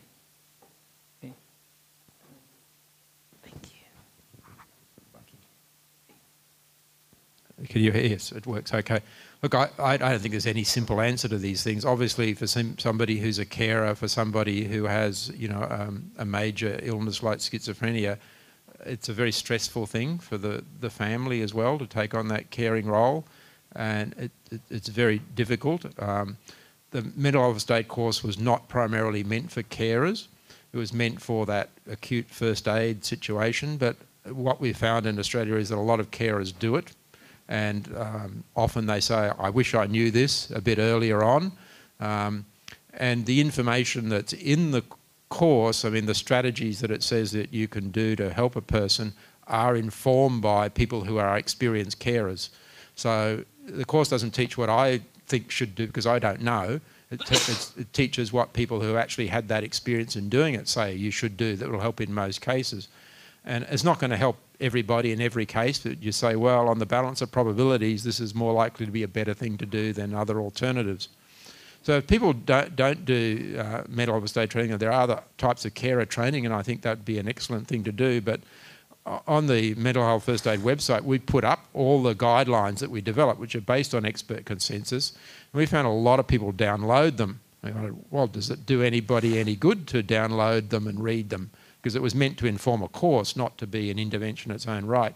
But we did some research on that, so we followed up people who downloaded the guidelines, and we followed them up some months later, and we asked them, did you do anything differently as a result of reading these guidelines, and did it help? And there are a proportion of people who say that that information alone does help change what they do. So, there are potentially helpful strategies, even of the minimal, cheap intervention, like having a document that you can read on a website. But I think care is a terribly important role in society, and if it wasn't for them, other people would have to take on that role, professionals would have to take on that role, and the more we can do to support them, the better, I think. I think it's a very important role. Do you want to say anything? Yes, you mentioned family members being killed by their patients. That's sort of really where I started as a researcher, after a member of my family was killed by another member. It's actually extremely rare. So patients with schizophrenia who have had treatment have a rate of homicide of about 10 per 100,000 per annum globally, which is roughly the rate of homicide in Louisiana. So your average patient is about as dangerous as your average person in the American state of Louisiana. They do mostly kill family members. They're the most common victims. And often I think it's around things like, it can be around medication. If you don't have, people to help you with your disturbed family member. And I think there are things, there are ways of dealing with patients and less good ways of dealing with people. And we know that families that exert a lot of control, don't care terribly much and have high expressed emotion, have children that have worse symptoms. So I think there are some things that can be taught to family members to help look after their medication and what have you, but look after their family member. But actually sometimes, the role of mother and medication administrator is a problematic role, and you need to have services to help you do that. Now, the flip side of the victims of mentally ill homicide offenders mostly being victims is that stranger homicide by patients is extremely rare. So stranger homicide by people with schizophrenia has a population incidence of about 1 in 15 million per annum. Like, it's really, really rare. And when, in Australia, when our big mental hospitals were emptied, when we deinstitutionalised, the patients were actually in more danger from the public than the other way around. And certainly if you were living in the suburbs and you had, some young drinkers or drug users on one side and some patients with schizophrenia on the other, you'd be much, much more trouble, from the drug users than the patients with schizophrenia. So, I hear what you're saying, and I think that being a carer is, families are devastated by the diagnosis of schizophrenia and does involve a lifetime change for the family. But to jump to the reason that this is a problem is because someone's going to be killed really illustrates that, long shot bias. Humans are actually really terrible at estimating the probability of catastrophic events. Actually, we remember them and they seem pertinent, but, lightning is not really such a big problem, but people are afraid of lightning. That's the classic example from statistics. Homicide by mentally ill people is really pretty rare. Yeah, thank you. Very important questions. And it's not only about to provide the knowledge and skill and support for the carers, but also aware of this awareness of this situation could enhance our understanding and our ability to act in an appropriate and sensible way to this. And further questions? Yes. So Yurisu is one of our students in the Master for Global Health program in our university. Okay, thank you, two distinguished professors. Actually, I am happy to have learned about this mental health first aid skills training, but I would like to know whether it's open to international participation and probably the structure of admission and the training as well. Because for my country, Ghana, mental health was left to spiritual people to handle. It is only until 2012 that we passed the Mental Health Act and then established some people to manage it. So we are very young in mental health management and health provision services. So we would like to know probably if there is that open way to participate so that certain NGOs that have come up to help the government in mental health can take interest and participate. Thank you. Yeah, that's a very good question. There have been, since mental health first aid started, there have been many inquiries from African countries, and it's very difficult to know what to do about those because mental first aid there's obviously a clear need, and I think that is a global priority would really mental first aid skills in countries like the African countries. But mental first aid was developed in a high-income country, Australia, with a well-developed health system, and then it spread to other similar countries. And I feel uneasy about taking that and directly translating. I think we need to build it. We need to build it with people in Ghana and other like countries from the bottom up. Take this concept, but find out what is the expert consensus in those countries, what's culturally appropriate, and then how would you train people in those countries and get a sustainable model. So I think you need to take the concept, but then rebuild to suit the culture of the health system and the sort of the training system that would be available, and to get a sustainable way of going about it. And I don't think we're there yet. I think the first step is to do it for middle-income countries, and then I'd very much like to see it for low-income countries. Thank you. So before we close this section, may I take this advantage of the moderator of this section and ask some questions about Taiwan? Yeah, because I look forward to hearing your opinion how to provide your advice to our policy making in terms of mental health promotion and betterment our treatment. And as Professor John shown in one of your slides, this national epidemiological study of mental health in Taiwan showing that very low prevalence of depression and very low level of help seeking. So this indicates a need to improve help seeking and also overcome the barriers, which may include stigma and also access to mental health care.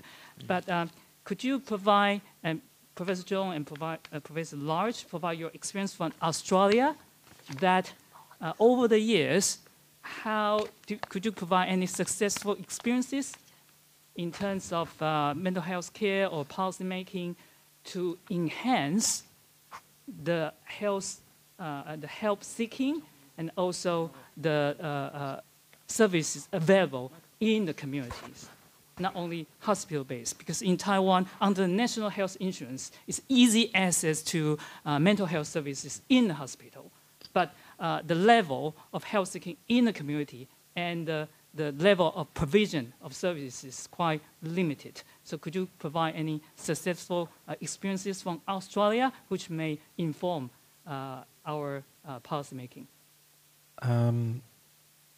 Look, I think that that educating general practitioners is something that there's been quite a lot of emphasis on, and probably has been quite successful, although that the hard data might not necessarily reflect that. But the prevalence of anxiety, depressive, and substance use disorders is so great that it's never going to be met by specialist mental health services, and so I think you have to think about it in terms of really primary health, and the challenge is to develop psychiatric systems that actually effectively support primary health. That'd be the number one thing. Now, with respect to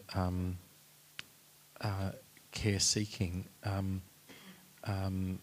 I think that one of the things that's happened is that in Australia, for one reason or another, has become quite a mental health literate society. I don't know whether you'd agree with that. Amazing changes in my life. Yeah, absolutely. And my life's been a bit shorter than yours, but I think they've been quite amazing. So, we've had politicians talk publicly about their depressive disorders and about illnesses in their family. I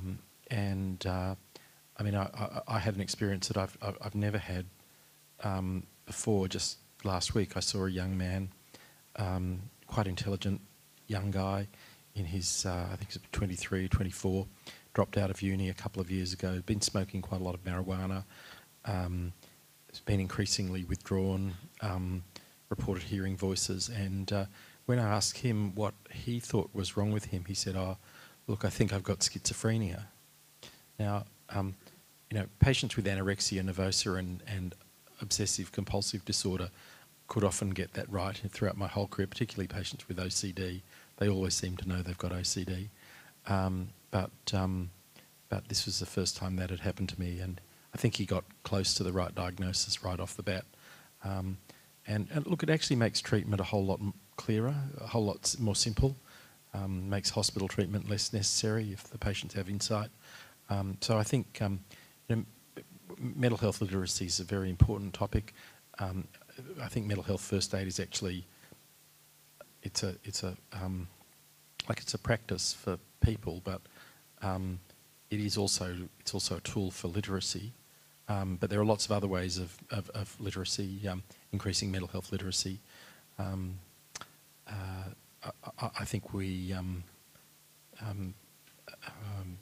know, for some reason it's become a politically important issue, mental health care, and it's something that people do actually talk about. And but I think that takes time, and I can't actually say, well, this was the day that it happened. I think a lot of things have contributed to it. Yeah, I would agree. Look, I'm 68, and I think back to when I was 18, the change in Australian understanding and attitudes towards mental illnesses, phenomenal. You just couldn't imagine that such a change would have occurred in a lifespan. Absolutely phenomenal. And I agree with Matthew. If you said to me, well, what produced the change? There is no single thing that produced the change. But I think there are a few interesting things that did occur. One was, I think, people began to realise, I mean, when you did, you know, in the past, I think mental illness was like the severe illnesses like schizophrenia and bipolar disorder. And the common mental disorders like major depression and anxiety disorders were just hidden away. And they're the ones that really affect the greater number of people. So schizophrenia, that you can always say that's other people. I don't see those people, but depression, anxiety disorders and alcohol misuse, they affect everybody directly or indirectly. And I think it was, you know, realising that the big impact that they have on society, that when they did the global burden of disease study and they found depression was this major source of disability, people unable to fulfil their working roles or their family roles as a result of that, tremendous effect I think that had. I realised that this was really had a national impact, and that involves everybody because it is so common. And then I think those benefits then flow on to people with more severe disorders like schizophrenia. But the big change I saw was in public figures. I remember we had a political leader called Bill Hayden, and I remember reading his biography. You know, he was prominent in the 1970s, and journalists contacted him and said they were going to expose him because he had suffered from depression and he'd had treatment for depression. They were going to expose him and it was going to end his political career. Then we had a head of one of the Australian states, Western Australia, who got up and he said, this is years later, decades later, I'm suffering from depression. I want to let everybody know I'm going to resign as Premier. And people said, he is so brave, why is he resigning? And then I was in another area of Australia where we had a health minister who said a few years after that, I've got depression, I'm taking a couple of months off and I'm coming back. And people thought nothing of it. It was totally normalised that would occur. So I think it's been once, to get that sort of political drive to get the resources, you need to convince the politicians that this is a voting matter, that this does affect everybody. And I think when you're dealing with the more severe disorders but rare ones like schizophrenia, it's hard to do that. But once you get into the more common ones that affect so many people, including politicians and their families, I think it's easier to make the case that this is a national problem, it affects us all, it deserves more resources. I remember a big thing, when I was a young man in Australia, we used to have ministers, not just for health, but for racing, for horse racing. We used to have a minister for horse racing because it's a big source of gambling income. And I remember when we had an election on and one of the major political parties says, if we win, we're going to have a minister for mental health. This is decades after we got a minister for horse racing. And then the other political party said, if we win, we'll also have a minister for mental health. And we got the first minister for mental health. It took decades after horse racing to get as important, and now it's just accepted you will have a minister for mental health. So there's no one thing in it, but society can change through accumulation of a whole lot of things. I mean, people in this audience, we can do it. We can all play a role in it. But it's got to be seen as like a whole of community activity. I don't think it can be people who are like the families of people with severe mental disorders and the mental health professionals do it. You've got to really engage the whole community in doing it and seeing it as an important health issue for everybody, important voting issue. Resources have to be put into it. and then it can happen. The other thing that's been big in Australia is that a lot of health problems, like big ones like cancer and heart disease, they're basically old people's problems. You can have them at any age, but basically you look at the burden of disease, it goes up dramatically with age.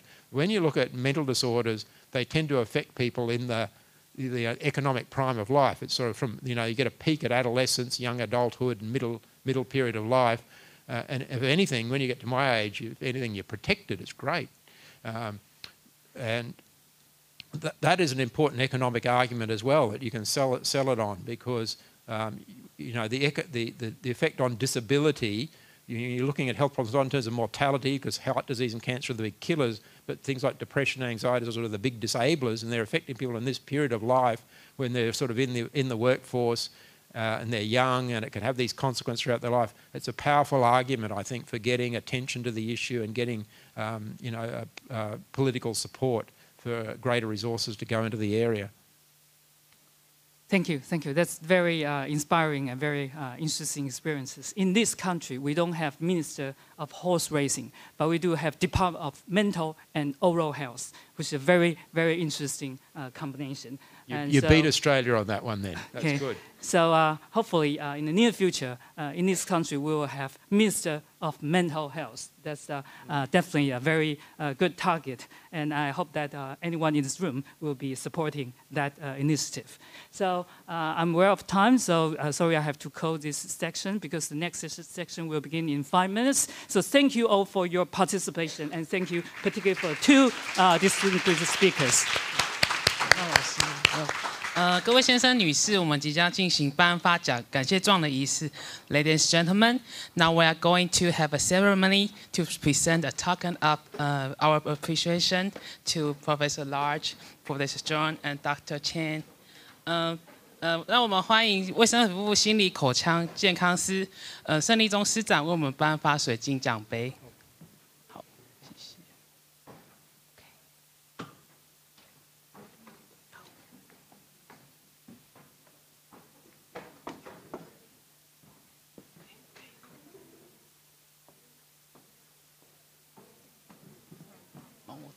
Large. Okay. 有人要照相吗？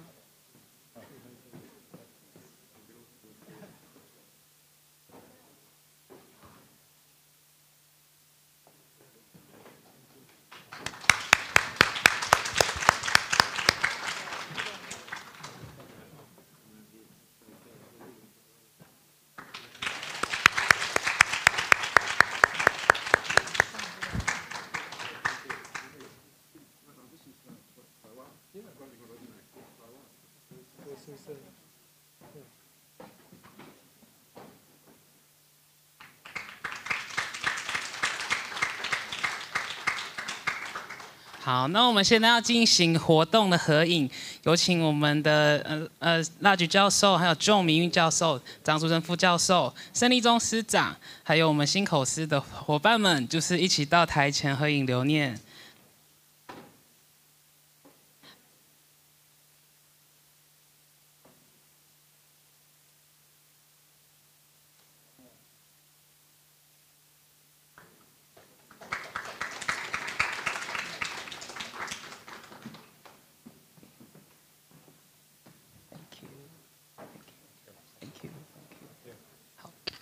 好的，那各位先生、女士，我们这个场次已经结束了。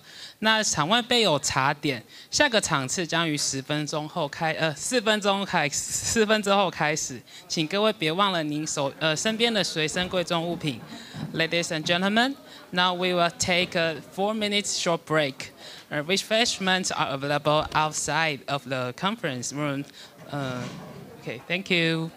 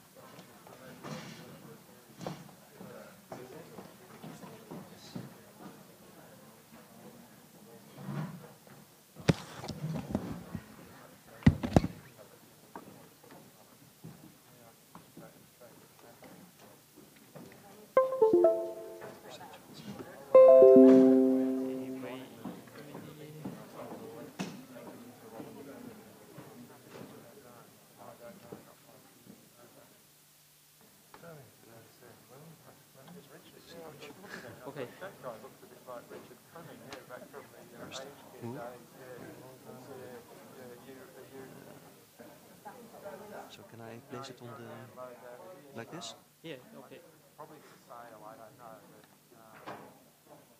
I don't see the mark.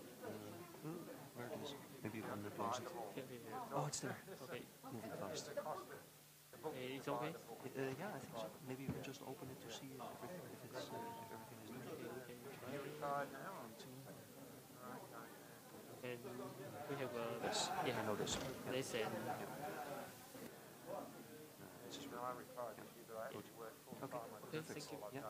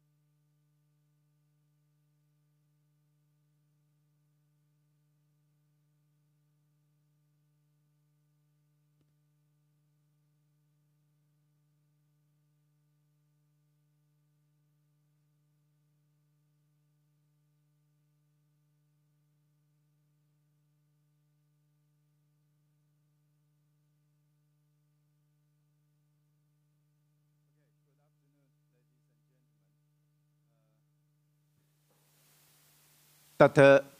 Sun, the director, and our distinguished invited speakers, ladies and gentlemen. It is a great honor for me to host this session. And today, there are 3 invited speakers from abroad. And one is Professor Frank Lobato, and he's the chairman and the professor of ECTA, University of Amsterdam, Netherlands. And the second one is Professor Martin Schmiel, the Dean of the School of Dentistry, Bern, University of Bern, Switzerland.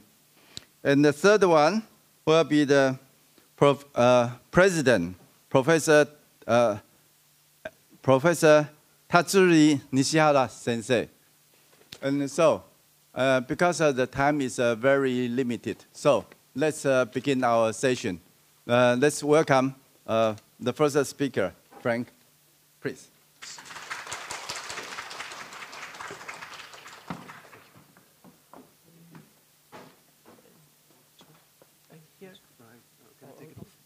Yeah, okay.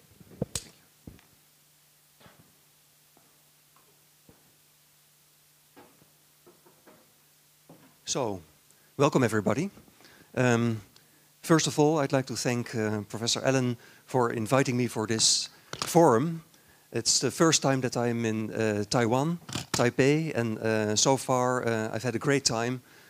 I saw yesterday, only in one day, I think all the highlights of what Taipei has to offer, the tower, some nice temples, some memorials, really a great atmosphere, good feeling about this city and about the country. So thank you very much for the invitation. As Professor Allen already said, I'm a professor at ACTA, the Academic Center for Dentistry in Amsterdam. And my specialty is not gerodontology. So you can now make your choice and leave if you're really interested in gerodontology. But I'm an orofacial pain specialist. And the thing is that orofacial pain and dementia are really commonly occurring together. Like orofacial pain is commonly present in our population at large, in the general population. So it might be good that if you're interested in the topic, that you listen a little bit how we approach this extremely difficult topic. So some disclosures, I will just show it to you for the record, that you can see that there's companies and also governmental institutions that sponsor my research at my department, which I'm very grateful for, of course. So if I go into the orofacial pain and dementia, I started off already a couple of years ago. This is a publication from 2011 already. I started off with a review to see what is out there in terms of knowledge about orofacial pain in dementia patients. And I gave it a subtitle, A Diagnostic Challenge.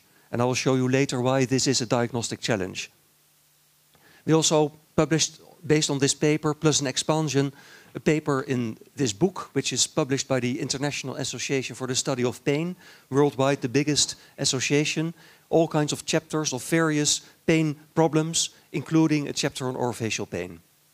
And then finally, we also published a review paper in current Alzheimer research, which is a relatively high-ranking journal in which we published also an overview not only on orofacial pain, but also on the associations between mastication and dementia. That part I will not cover right now because of the time limits. I will stick to the orofacial pain part. If you're interested in the mastication part, this is an open access paper, so you can go to the internet and just read it. As I said, I'm an orofacial pain specialist, so I'd like to mention a few things, and maybe this is all open doors for you, so if I'm getting too boring, you just tell me and I will skip a lot of slides if you wish. But if not, it's always good to start off with a definition. Orofacial pain is pain that is associated with the hard and soft tissues of the mouth and face. So intraoral of the teeth, of the soft structures of the mouth, also the musculoskeletal parts, especially the temporalis and masseter muscle and the temporomandibular joint, if you talk about temporomandibular disorders. And also it can be pain that originates in the nervous system itself, and then we talk about neuropathic pain. What about the prevalence of orofacial pain in general? And I'm going to show you an old reference from Lipton in 1993. And I especially like this reference because he split it up in several subcategories. I will show you later. But he states in this paper that the prevalence of orofacial pain in the general population in the United States is about 22%, which is kind of a high prevalence, I think. And now the subtypes that I was mentioning, why do I like it? Well, because he says that dental alveolar pain makes up more than half of this percentage that you see here, and whereas the pain in the cheek and the face and the jaw joint pain, which you could consider as temporomandibular joint pain and neuropathic pain together, adds up to about 7–8%. Then another major review from the United States, Linda Laresh, she is one of the big persons in my domain of orofacial pain. She did a major review and she estimated that temporomandibular disorder pain has a prevalence of about 10% in the general population. It's a bit higher than if you add this up together, but still in the same range. Now we move from the general population to the elderly, healthy population. And there we do not know that much. There's not a lot of research out there in healthy older people, if it concerns orofacial pain. There's a paper from 1998 from Leicester, and he claims that orofacial pain during the past 4 weeks is present in 22%. It's a familiar figure now, because that was also on the previous slide, in frail, dependent elderly over 60 years. And it can be even, let's say, worse. If you go to a paper by Locker in 1992, he claims that also during the past 4 weeks, almost 40% of independent community-dwelling persons over 50 years, that includes myself, would suffer from orofacial pain. So regardless of the exact number, it illustrates that orofacial pain is very prevalent in the general population and also very prevalent in the older population, without any other conditions. Now, within Europe, we always admire Scandinavia, because in Sweden especially, they do a lot of epidemiological studies already for decades. And this is a nice example of a study that they did there, a longitudinal study published in 2013, where they followed people from the age of 50 to the age of 70. And what they found, that some TMD pain was present in about 8% of the general population of this age category, a rather great or severe TMD pain in about 2%. And I think if you can do the math, if you count this up, you will see that this 10% prevalence that was reported by Laresh in 1997 is exactly the same. Of course, this is an indication, and again, it does not really matter how exact the prevalence figure is, but everybody finds prevalence rates in about the same number. But now, let's move on to the older persons with dementia. That is the theme of this session. And there is really not so much. But first of all, I'd like to mention that pain in general is very common in elderly with dementia. This is a striking number from 2008. About 80%, so let's say basically all persons of older home care clients, they suffer from current daily pain. That is a strikingly high number that we really should take into close consideration. But if we then go to the prevalence of orofacial pain, this is largely unknown, which is actually quite sad. There is a paper from Brazil, a very small scale, 29 older persons with Alzheimer's disease. That is not what we call a population, but still, it was back then the first paper that really observed orofacial pain in about 20% of those patients. And this percentage then again resembles the Lipton figure from 1993 and the Leicester from 1998. So basically, the same prevalence data as in the general population for orofacial pain are found in this group of people with dementia. So the message would be, let's all consider orofacial pain when we care for persons with dementia. That is the take-home message number 1 of today, and maybe the most important one. So we can now stop and give the word to the next speaker, if you. But let's move on. This is interesting, I think. There was a study that was done by Jones, and they asked people who take care of older persons with dementia, what, in terms of oral care, what do you find the most important outcome measure? And the number 1 by far was that person, my father, my mother, my uncle, my friend, my neighbor, is free of orofacial pain. And then aesthetics, mouth odor, everything is important, but being free of orofacial pain, considered the number 1 outcome measure from dental care in this population. So that makes me wonder, at least, or made me wonder, what is out there to establish the presence of orofacial pain in people with dementia? So now I get back to this 2011 review that I did. I did a PubMed search I used as search terms orofacial pain or dental pain or TMD in combination with dementia. And then I only found 44 applicable papers, which is not a lot. If you consider the magnitude of the problem, it's really only little. We supplemented this 44 with 30 papers from our personal collections and from the reference lists of the included papers, but still then you have slightly more than 74 papers. That is not a lot. And that is the most striking part, there were no specific tools for orofacial pain assessment present. So if you are looking for a tool that you can use to assess orofacial pain in people with dementia, at least back then, nothing was there. So what I did, it was interesting because there were still 8 tools that surfaced in the search. So from 8 tools you could think, well, maybe there is something on orofacial pain. So I made a table. Don't be startled by the view of the next slide. It shows you a lot of words, but I will point out the most important parts and explain what it says, okay? So forgive me the slide that I will show now. I see all the eyes opening like, my God, what is this? Well, here you see the 8 tools, and they have all kinds of fancy names, but that's not important. The most important part is that I checked the orofacial aspects of those tools. And I will circle 4 words, 4 times none.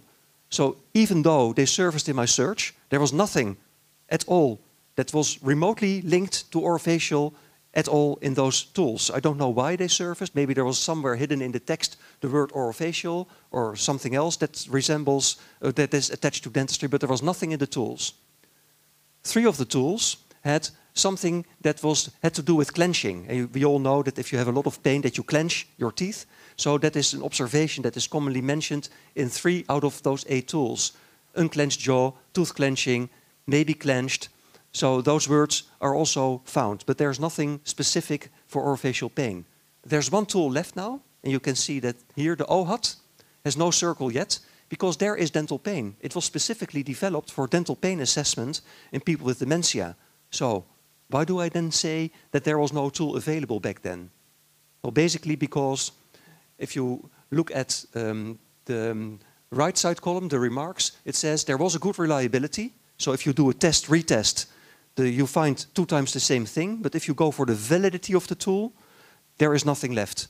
It was not valid back then, so it cannot be recommended for use in your practice for the assessment of orofacial pain in people with dementia. Using a non-valid tool is not what we like to do. So, conclusion from then is that there is a striking lack of literature for the assessment of orofacial pain in older people with dementia. I really think it's striking. I mean, it's such a big problem, we need more.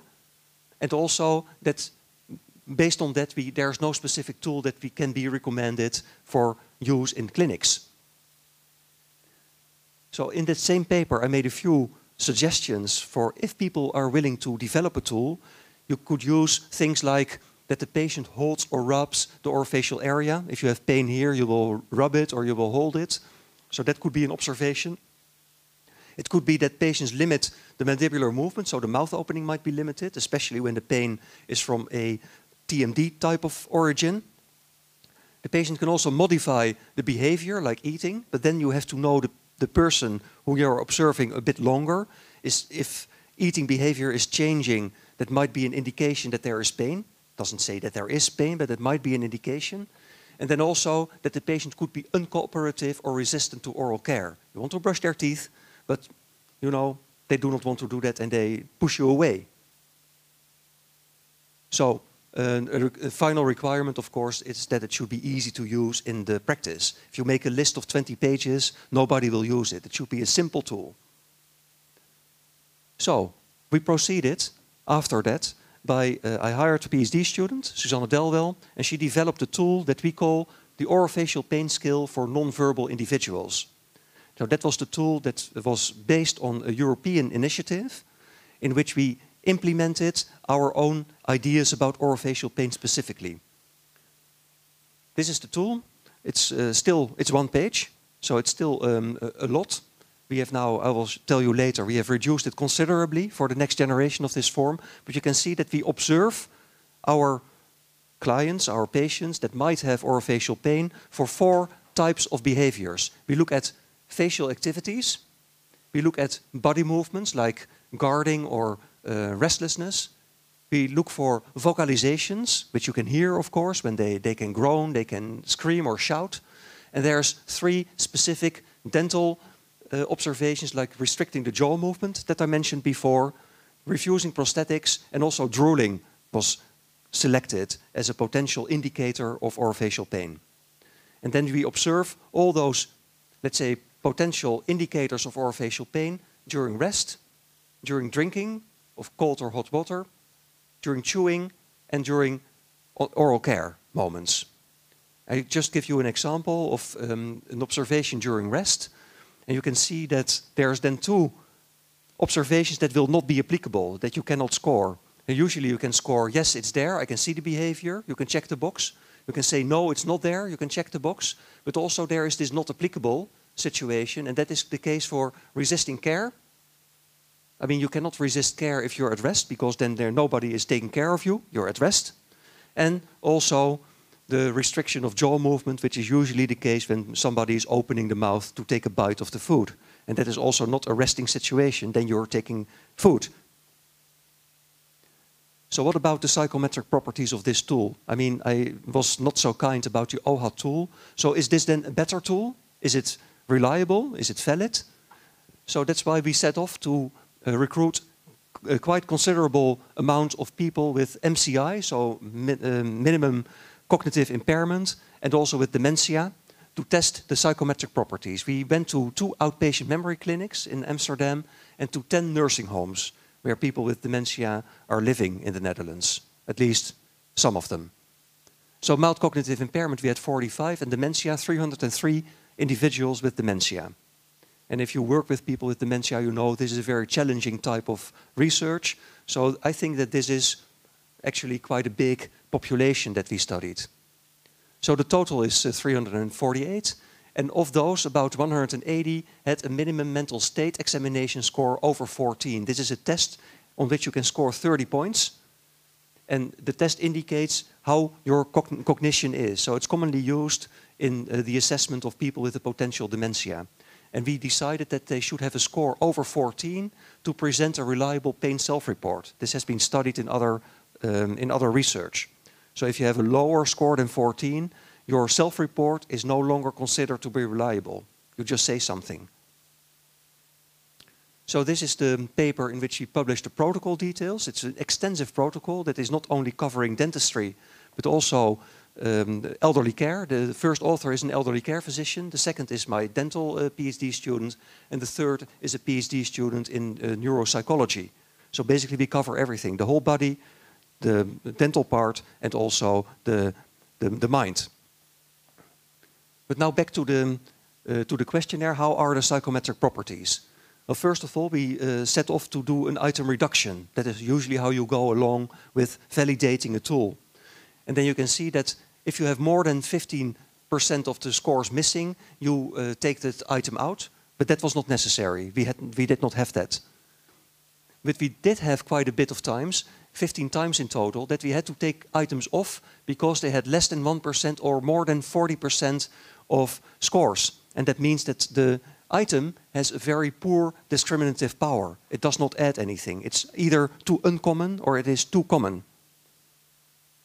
What about the reliability? Then the next step after item reduction is that you test the reliability. And we did an inter-rater reliability. We had 2 observers every time. And you can see here that the positive agreement is actually quite poor. I mean, don't look at the second number. The negative agreement is actually quite good. And the same, of course, because that is in line with it, if you go then for the criterion validity, where you use the self-report, so only the 179 individuals as your reference, the sensitivity is, again, quite poor, but the specificity, so being sure that someone has no pain, is really acceptable. So, what about the intra-rater reliability? That is, of course, a problem. How can you observe the same behavior 2 times? They have to make video recordings, and we did not have them. But happily, in another academic hospital in the Netherlands, they had a huge study. It's called the STA-OP study. I have to remember. STA-OP is basically, it's an acronym that in Dutch is nice. It's like standing up. So it was really focusing on the importance of movement, body movements in dementia. I go back to the previous slide because then you can see what we did. We tested orofacial pain during mastication, so during taking a meal in people with dementia, and we tested the reliability of the mastication scale of our OPS-NVI. And it was like a huge group of authors. It was a dental student actually who performed the study. So we had almost 250 video clips of chewing older people with dementia, 2 observers, and they looked at 2 occasions with a 6-week interval to those video clips. And this is again a very kind of horrible table, but I will show you the main items. First of all, here you can see the intra-class correlation coefficient for observer 1 and observer 2. And you can see that for the facial activities, the body movements, the vocalizations, and the specific behavior. The first thing that you might see is that for vocalizations, it is not applicable. We had no scores on the videos of people vocalizing during eating. And that is, I think, because Dutch people, and most likely worldwide, are brought up that you do not talk when you have your mouth full. Okay, so that didn't surface in this research. But all the other items, facial, body, and specific behavior, have been scored. And you can see at the values that if you know how to interpret ICCs, that we have a fair to good reliability for observer 2 and an excellent reliability for observer 1. So that means that the reliability is at least fair to good for the mastication scale of the OPS-NVI, which is good news. So that is what I say here at the bottom of the slide. For the chewing scale, we did not test the other scales because the video clips were about chewing. So what are the implications? Well, first of all, it's important to realize that orofacial pain in our population with MCI and dementia, is actually quite low. Less than 10% had pain. And that explains the low positive agreement and sensitivity and the high negative agreement and specificity. So the consequence is that in its current form, the form that I just showed you, the form from 1 page of the OPS-NVI, can still not be recommended as a screening tool for orofacial pain in people with MCI and dementia. We are not there yet. We are not better right now than the OHAT that I just said earlier that we could not use. But since we have collected a lot of data in a big scale population sample in the Netherlands, the current findings will be used for the development of an improved version of the OPS-NVI. So I'll move on to so this is still under construction, but we have been using the tool also in another study. I had another PhD student, Lisa van der Rijt, and she did her PhD together with my colleagues in London, UK. She's still part of Europe. You follow this a little bit, the politics of the UK wanting to leave the European Union. It's about now that they have to decide this. So everybody in Europe is a little bit excited. But still, she worked together with the people in London and she's still doing that. And this is the study that she published in the Journal of Oral and Facial Pain and Headache this year. So it's really new. So what she did was testing orofacial pain during rest. So that is the first activity of the list. And also during chewing in people with dementia that were admitted to acute hospital wards. So they were admitted because they had sudden problems with their dementia. And it was a validity testing of our OPS-NVI. So we continued validity. Validity is never done after one study. You have to do multiple studies to do it. And this was just a continuation of the work from my other PhD student, Susanne Delwell. So 2 UK-based acute hospital wards were included, and we had 56 persons with dementia who were still able to communicate about pain. So scores, MMSE scores over 14. So we did observations of the pain with the OPS-NVI, and there was self-reported orofacial pain as a reference. And these are the findings. We found at rest in both situations, so the OPS-NVI and the self-report, 5.4%. And for the chewing scale, let's say about 10% orofacial pain in this population. We did the validity testing for calculations, and you can see now that not only the specificity is really high, but also the sensitivity is now reaching acceptable values. And there was also a strong correlation between OPS-NVI and self-reported orofacial pain, which is, I think, in line with the previous bullet on this list. So the conclusion from this paper is that the subscales resting and chewing, they show a promising concurrent predictive validity. But further validation is still required. So another study that she published, so now maybe the results. We wanted to assess oral health and orofacial pain in people with dementia. And what we found was, here you can see how the population was composed, mainly females, mainly of about 85 years old, so quite old. And we observed during rest and during chewing, self-reported in 56. And there was a brief oral and dental examination of all those participants. So they were also checked dentally. And these are the results. At rest, we found 12% orofacial pain, and during chewing, 22% orofacial pain. And then also the oral health status of both the dentate and the edentate participants was really poor, and they are more likely to develop orofacial pain. It does not say that they have it, but they are more likely to develop orofacial pain. So the conclusion is that improving oral care in those patients may significantly reduce pain and suffering in this population, but more research is still needed. Just very quickly, 2 more papers from my first PhD student on this topic, from Susanne Delwell. She did these studies in these memory clinics and the nursing homes. You already remember this figure here. You also remember that we had this MMSE score of 14. And this is again not a very nice table, but I can show you here are the results for minimum cognitive impairment and for dementia. There's 3 values significant. People with dementia are older than the MCI group. People with dementia have lower MMSE scores than the MCI group, which is obvious. But importantly here, people with dementia have a lower percentage of being dentate than the people with MCI. So the more they progress into dementia, the more likely it is that they are edentulous. And here you see the pain in this population. 25% of our patients had pain, and then the causes of the pain are coronal caries, root caries, retained roots, ulcers, combinations, and here MCI and dementia are not statistically significant different. So they're actually quite present, as you can see here, and I think that's one of the conclusions. A regular oral examination is really imperative in those patients. So that brings me to my final conclusions. Orofacial pain, I think that I've shown you, is really common in older people with MCI and dementia. Second, there are no screening tools yet available for orofacial pain in people with those conditions that can recommend it for clinical usage, but we are getting there gradually. And then the psychrometric testing is showing promising result of our own developed OPS-NVI. And finally, and I already said that at the previous slide, a regular oral examination by healthcare providers, and it could be oral, but it could also be otherwise, in people with MCI and dementia remains imperative, even if no pain is reported, because they can still suffer from it, but are not able to express this. So this is part of my team that is involved in the dementia research that I'm doing at my department of orofacial pain. This is our dental school in Amsterdam. It's a very new school, and well, actually, it's worth a visit maybe. My office is over here, and I'm still working. I have Taiwanese working hours. That means always, I think. And I say thank you very much for your kind attention. Thank you.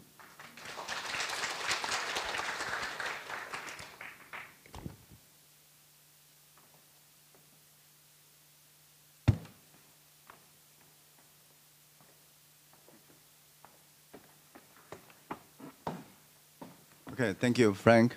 And we are going to have a panel discussion session after all the speakers' speech.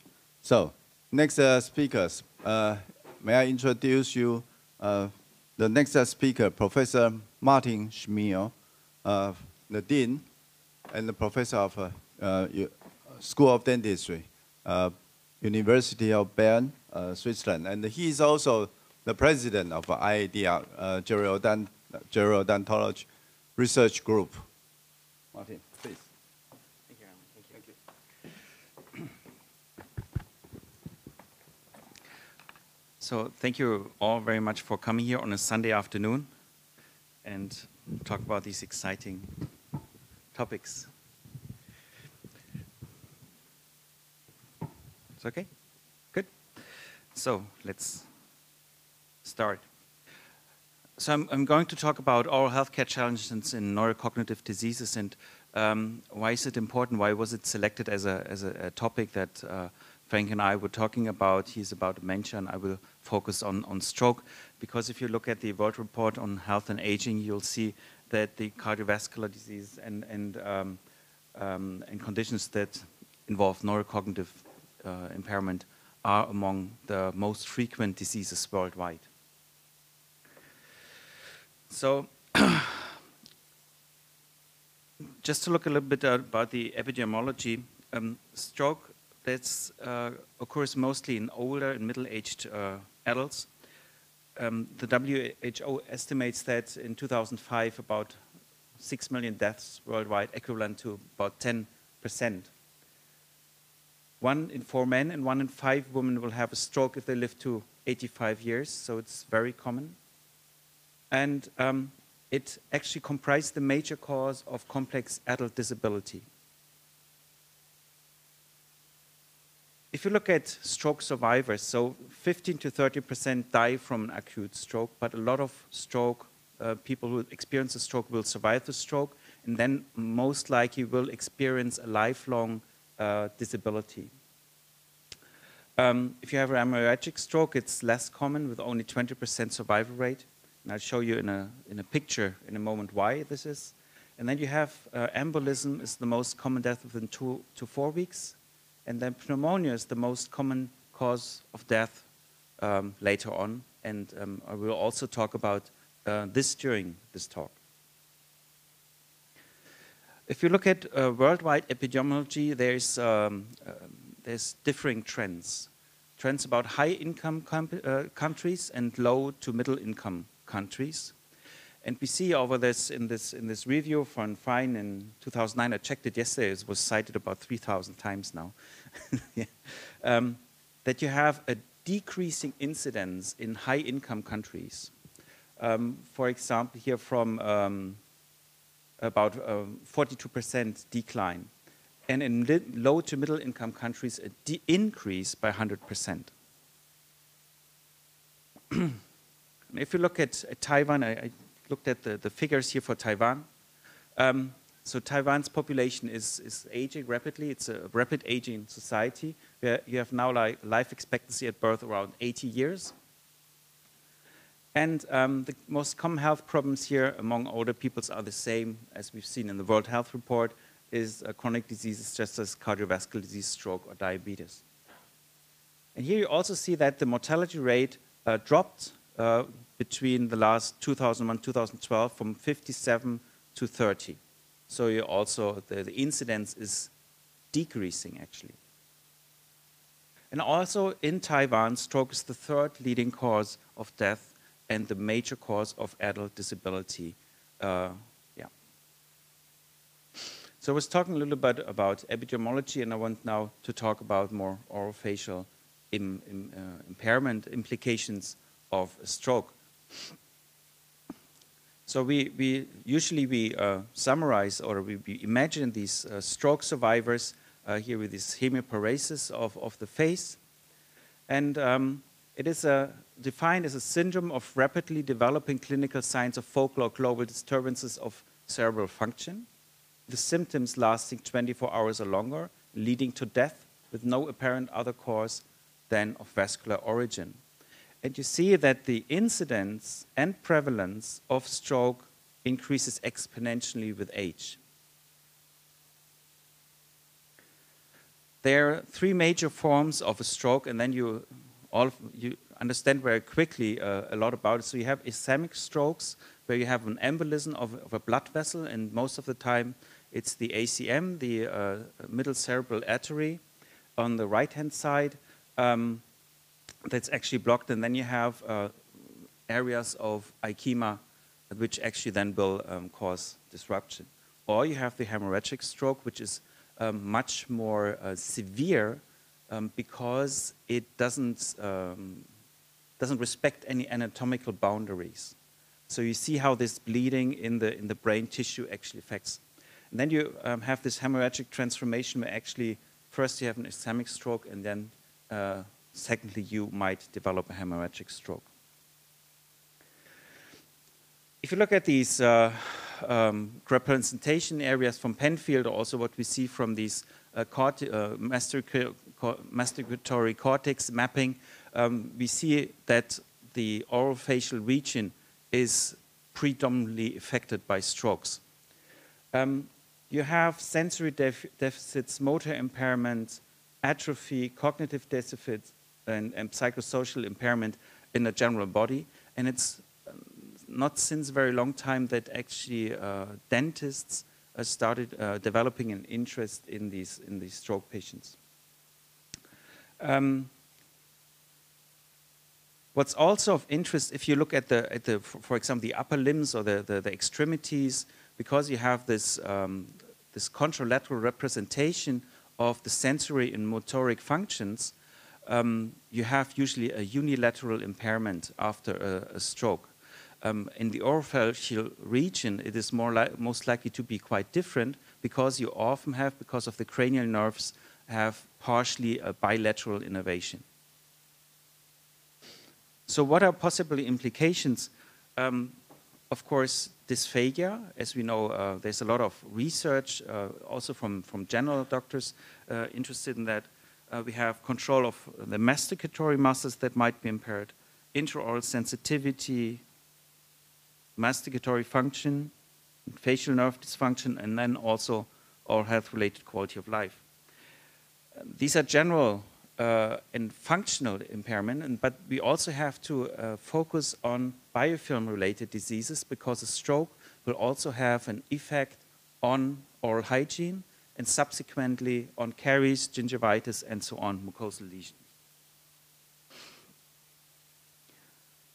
So you might know or not know, but I've seen a lot of stroke patients during my research, and I was talking also a lot about with them. And one thing after like the first round of studies was I was finding some kind of food stuff left in the mouth, even 2 hours after a meal.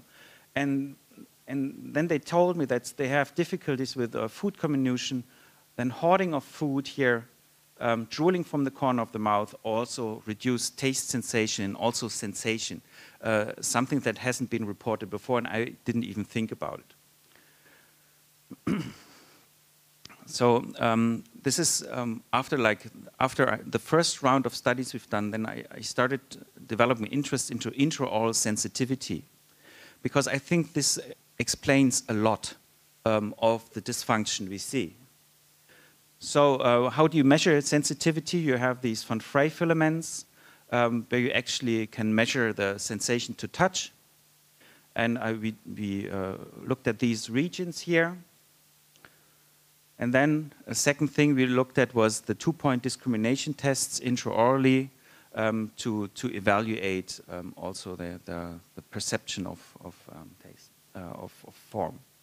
There are studies from Vanderbilt, for example, who also looked at form recognition, but our neurologists, they found this too dangerous, actually, to give them little pieces into the mouth. And we also looked at chewing efficiency, masticatory function. We used the color mixing ability test, which is widely validated now.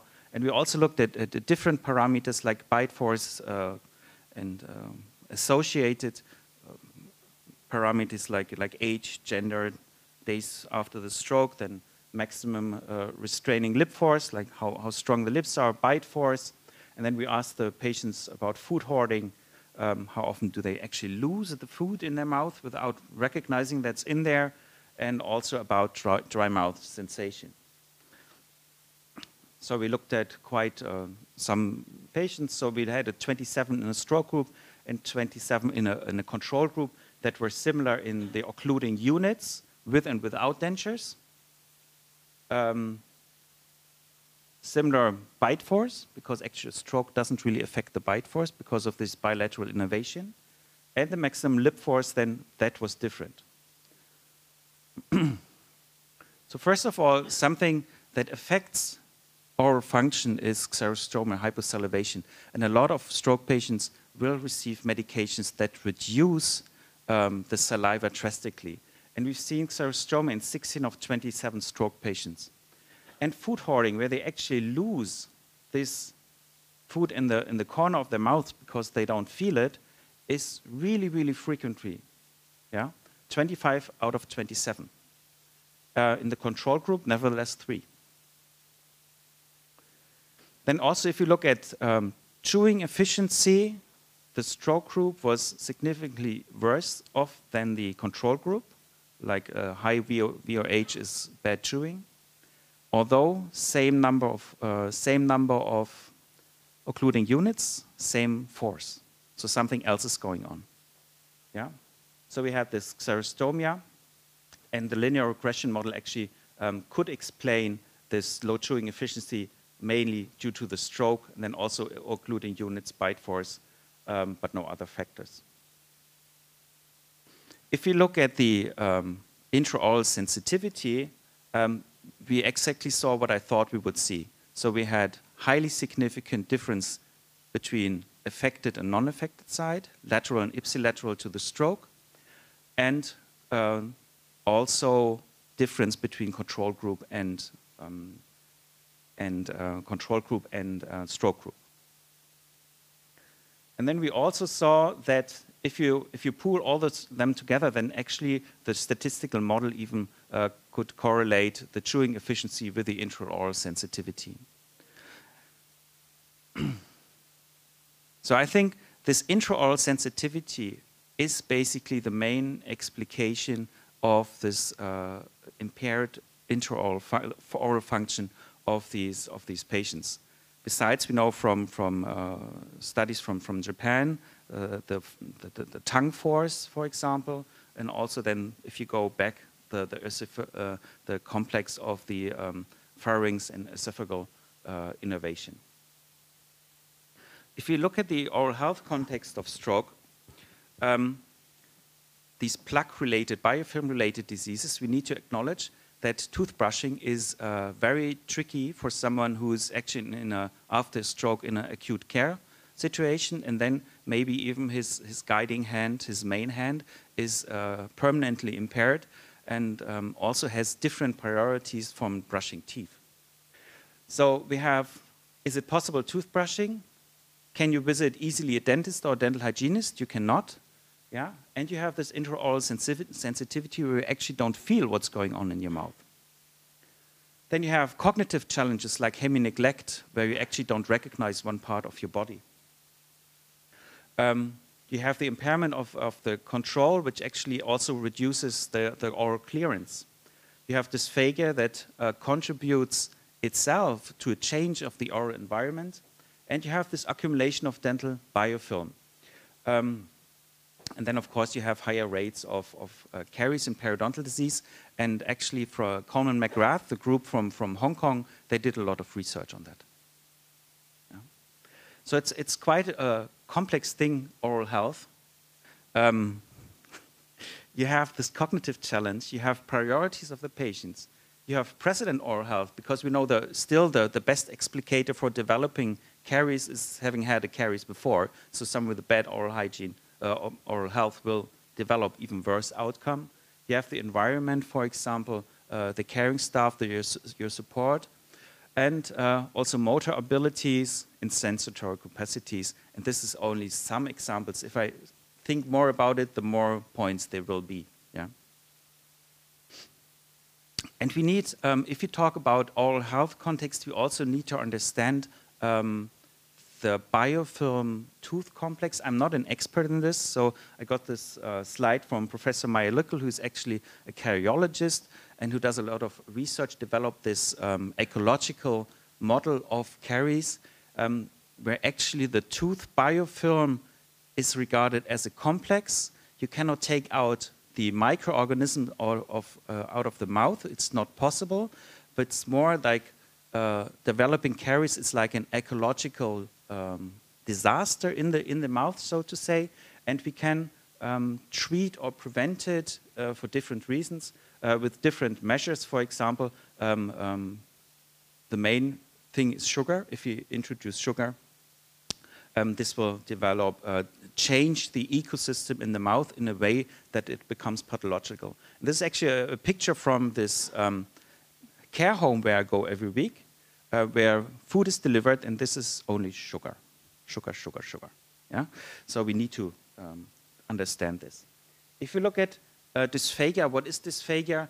So it's very common for our colleagues in Japan to talk about dysphagia, to understand dysphagia, but in Europe, usually a dentist doesn't treat it or cannot even recognize it because it's not in our education. So it's a disturbance to break down or transport food or liquids during the oral, pharyngeal, or esophageal phase due to oral or pharyngeal disturbed innervation or muscular weakness. So you have a difference. You have, depending on dysphagia, and I'm not an expert in that, I have to admit, and in different heights of the orofacial system, like here in the if you retain up to the sinus piriformis in the hypopharynx, or here in the epiglottis, or then even if you penetrate the bronchoalveolar tract, these are different phases of dysphagia. So it is very, very common in stroke patients. It affects about 70 to 80%, and predominantly if the brain stem is involved. So if you have the stroke in the region of the brain stem. You have regression of the system, but in the first 4 weeks it is very, very frequent. It is an independent risk factor for infections, malnutrition, long-lasting impairment, prolonged hospitalization, transfer to ward, and high mortality. So dysphagia is one of the main concerns in acute stroke treatment or care. So you have this increased incidence of dysphagia, or this occurrence of dysphagia, and then you have also this changed ecosystem because of all the factors I was just talking about. So this imbalanced ecosystem, we have this pathogenic bacteria, you also have a lot, or you find a lot in the oral cavity in general, but also in stroke patients even increased. You find bronchoalveolar pathogenic bacteria. And these bacterial yeast are most common about these oral pathogens attributed to the development of infection among stroke patients. And then we go into this aspiration pneumonia problem because of the changed ecosystem, because of the reduced sensitivity, because of the dysphagia. So are those teeth actually a risk factor then in these elderly patients? So we have this biofilm, which might be a threat itself. We might develop caries, abscesses, pain. Yeah? And we know that these infections also, and this occurrence of this imbalanced ecosystem pose a risk of pneumonia and so on. Diabetes influences also the healing process. So you have this oral biofilm, which carries a lot of these pathogenic bronchoalveolar pathogenic factors, which can actually, because of the dysphagia, descend into the bronchoalveolar tract. And we don't only see this in stroke patients, but it's very prevalent in patients, depending on care, very old geriatric patients. Up to 60%, they say, of patients in long-term care facilities suffer from dysphagia.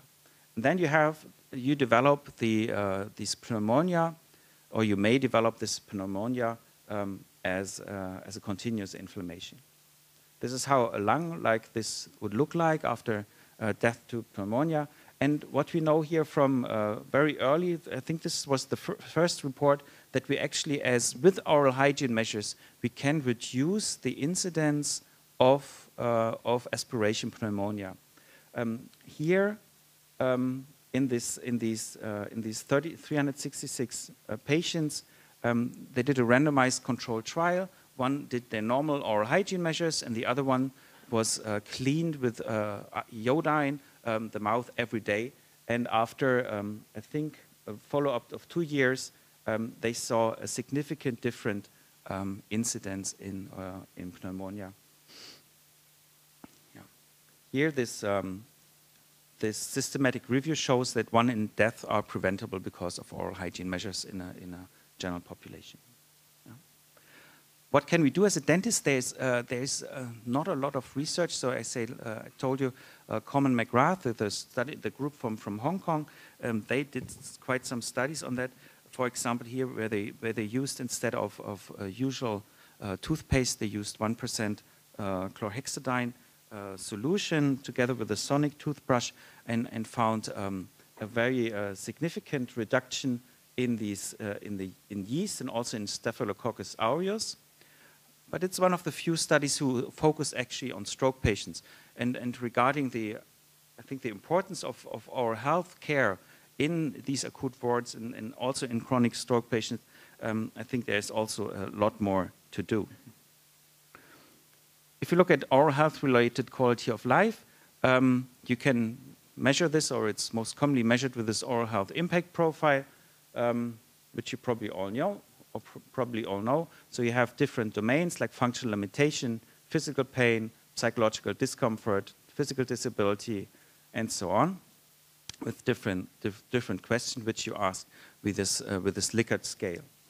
And in this first study, we actually also asked for this oral health related quality of life in stroke patients and in the control group, and we saw a significant difference.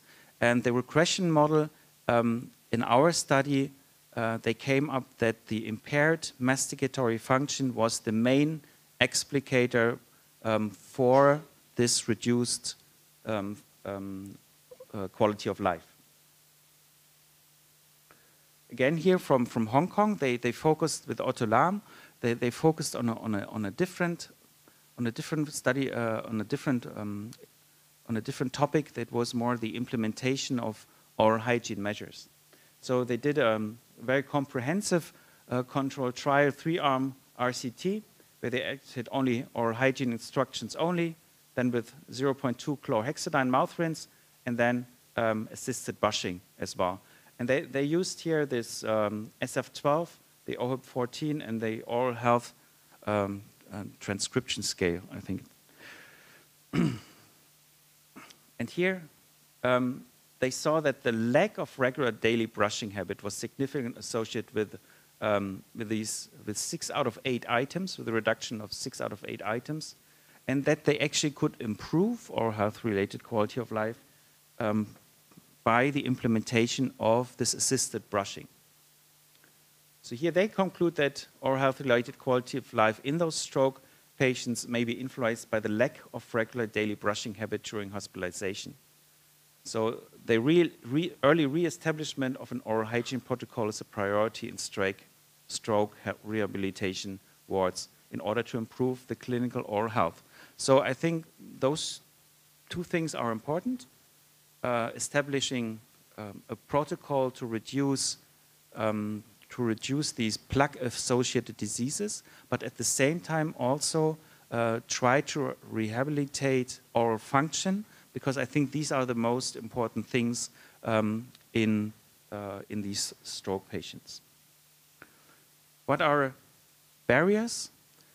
Here's a very nice systematic review from Hoban from 2017, who actually identified in the systematic reviews barriers associated with a nursing staff of home residents. And I think this is the key, because these are the people who see the patient, those people every day, and they need to be on board if we want to establish these measures. So what is the most important? They say residents resist care. Then also care aids lack of knowledge, education, and training on oral care. And then also lack of time, lack of staff, the things we know. And these are a lot of things like in a public health effort we could try to change. Improve education, improve staff. What are facilitators? Sufficient knowledge, it's basically the other way around. Yeah? So we should really provide training and provide sufficient staff. One thing as dentists we often fail to be, and I talked about this in the morning as well, as we took out the mouth out of the body, we are not part of the care team. So a care team in a palliative care unit or in or any long-term care facility will have a lot of people, physicians, nurses, spiritual care, dietitians, pharmacists, dentists, dental hygienists are usually aside. We're usually not part of the team, and we really should be. And just 1 minute ahead of time, I would like to thank you for your kind attention. Alan, does that mean, thank you. Oh, yeah, good. Couldn't breathe.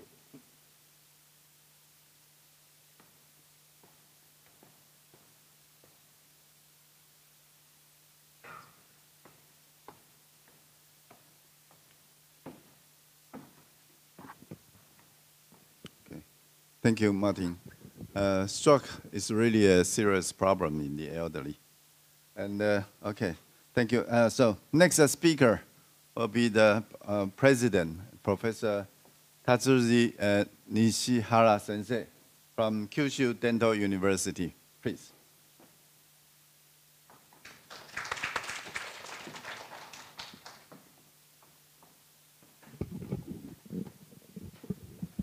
Oops. Strike.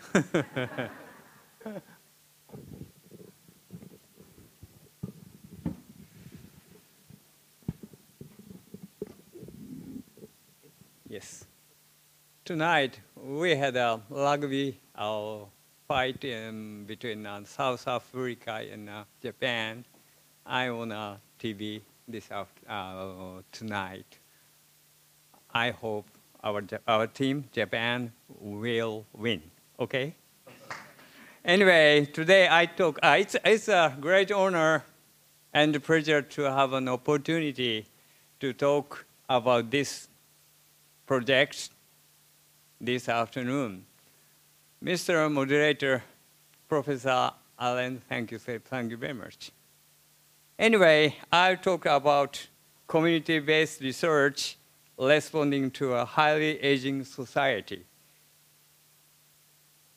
Today, I have almost 4 subjects as shown in the slides. So first, I talk about the systemic infectious diseases mediated by periodontopathic bacterium because I am, I don't care, but I will do a periodontal research as a microbiologist. So I talk about it a little bit.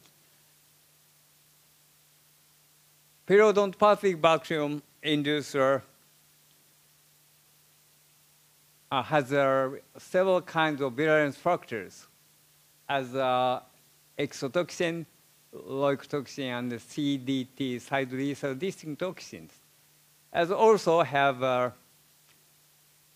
endotoxin, lipopolysaccharide, as well as a capsular polysaccharide. And these factors affected on periodontal tissue to induce destruction of periodontal tissues, such as alveolar bone loss. And also, recently, everybody knows these factors affect the internal organs to induce general disorders and systemic multifunctions. So, at the center of this scheme, cytokines and the inflammatory mediators, such as the prostaglandins, has a big problem to induce periodontal disease as well as general disorders. So if the patient has periodontitis like this, we need to think relationship between periodontitis and atherosclerosis. If the patient has periodontal pockets, in the pockets, periodontal pockets, P. gingivalis or A. actinomycetum comitant, such as gram-negative bacterium, as a periodontopathic bacterium, affected their periodontal tissues, and then produce some inflammatory cytokines, and also bacterium itself and LPS. these factors go to their circulation and then to enter the coronary artery, and then at these regions, inflammatory cells, adhesion molecule, and the chemokines, and so on, and increase in these tissues. Final atheroma formation like this. So it's that means heart attack. So relation between periodontitis and heart attack. So in this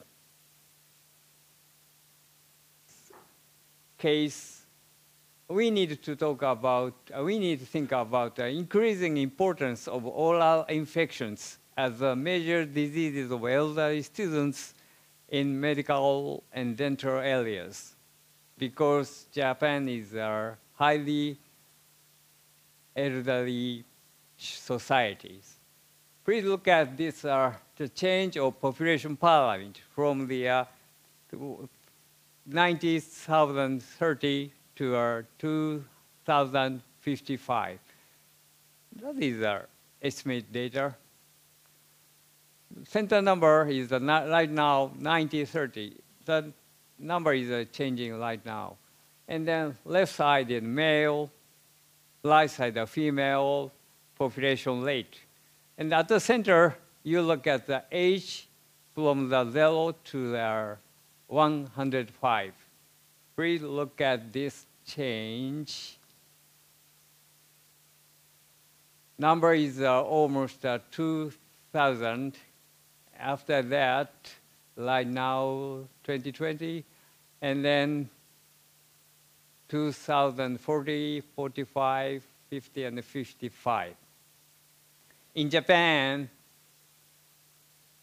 almost 30 years later, there are a lot of elderly persons at around 80 years old.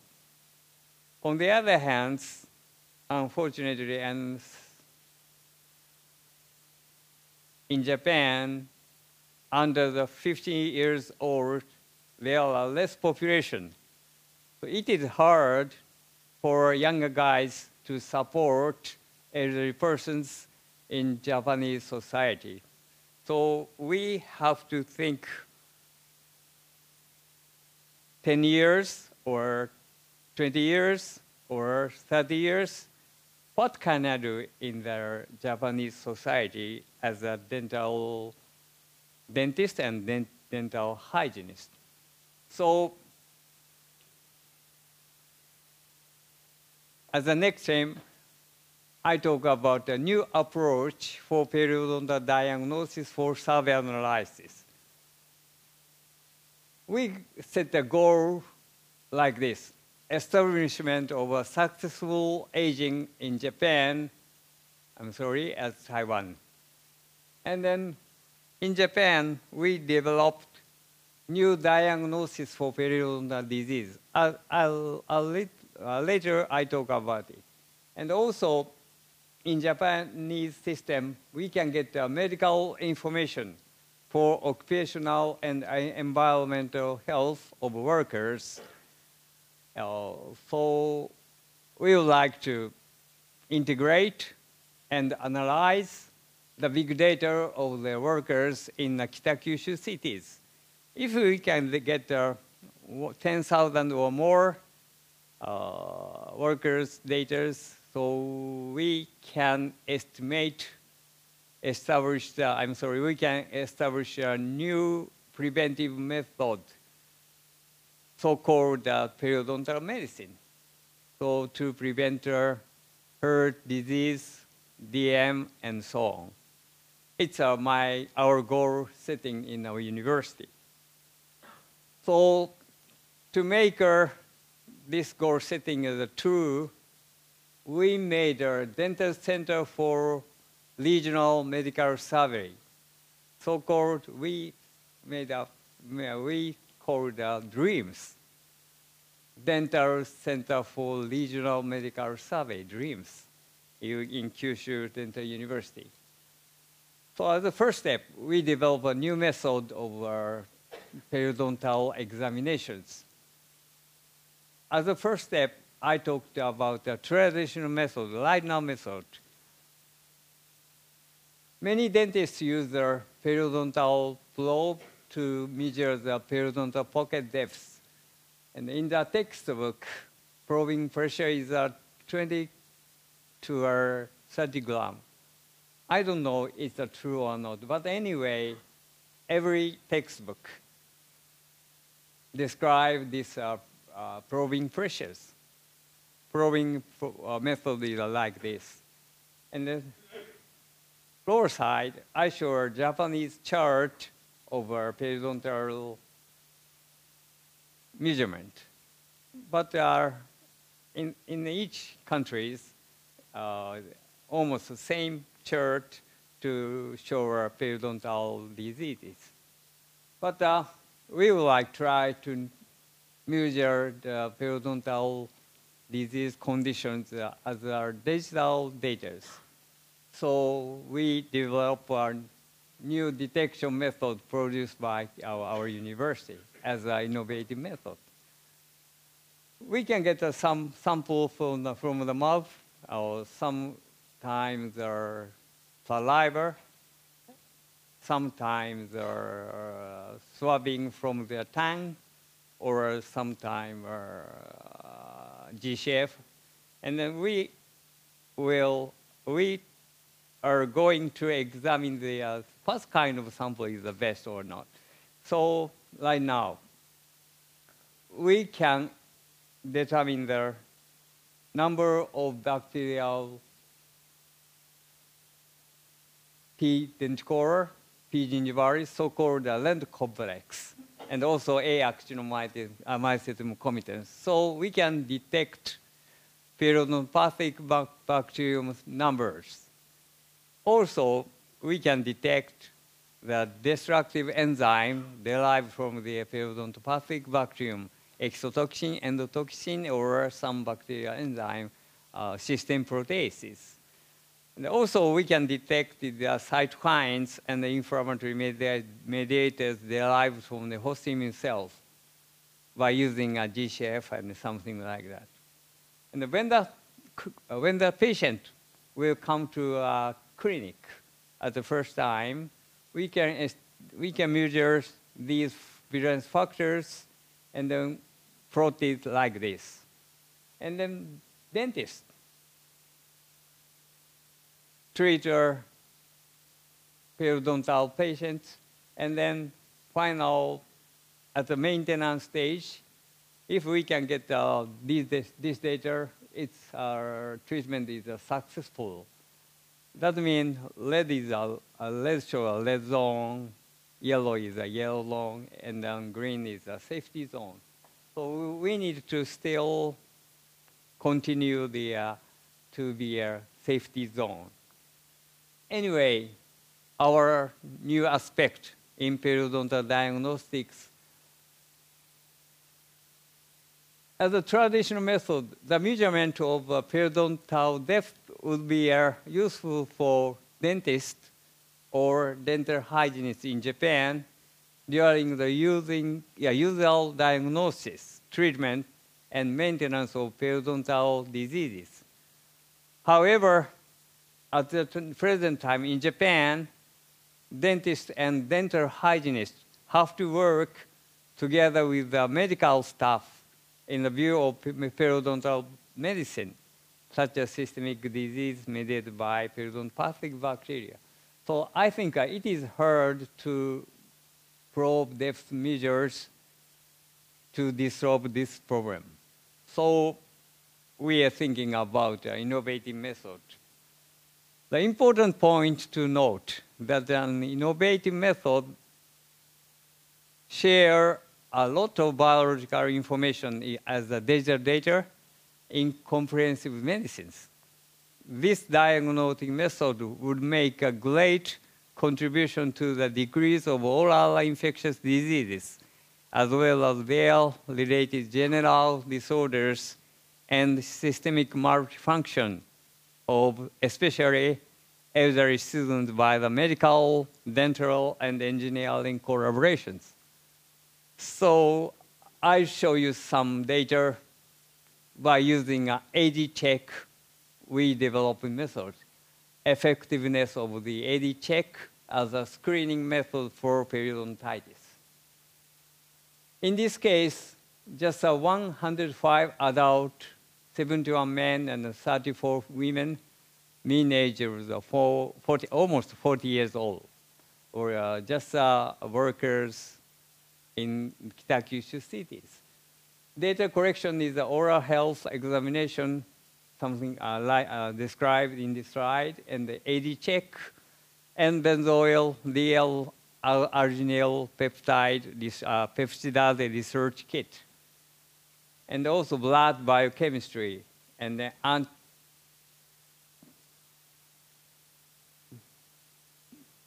other two kinds of measurement.